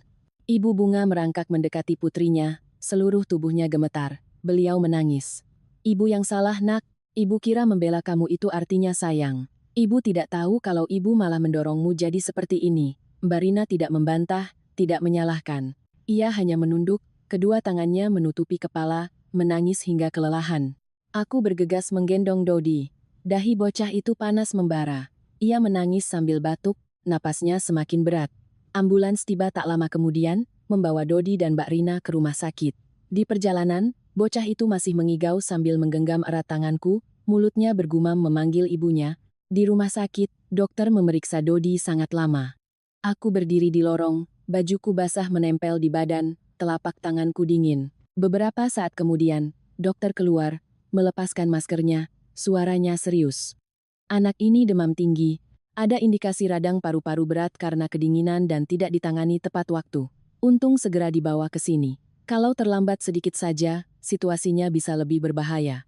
Ibu Bunga yang mendengar itu langsung terduduk lemas di kursi, wajahnya pucat pasi, Budi membuang muka, bahunya bergetar. Sementara aku, menatap dari jendela kaca, melihat Dodi yang mungil terbaring di ranjang rumah sakit dengan selang infus di tangannya, dan hatiku terasa sesak. Sampai saat itulah, harga dari keegoisan, perlindungan buta, dan kesalahan, tampak begitu jelas. Itu tidak hanya membuat orang dewasa kehilangan muka, itu nyaris merenggut kedamaian, bahkan nyawa seorang anak tak berdosa. Setelah malam di rumah sakit, segalanya di keluargaku tidak bisa kembali seperti semula. Mbak Rina disarankan oleh dokter untuk menjalani terapi psikologis selama beberapa waktu. Awalnya ia menolak, hanya duduk termangu di dekat jendela, tidak menjawab jika ditanya.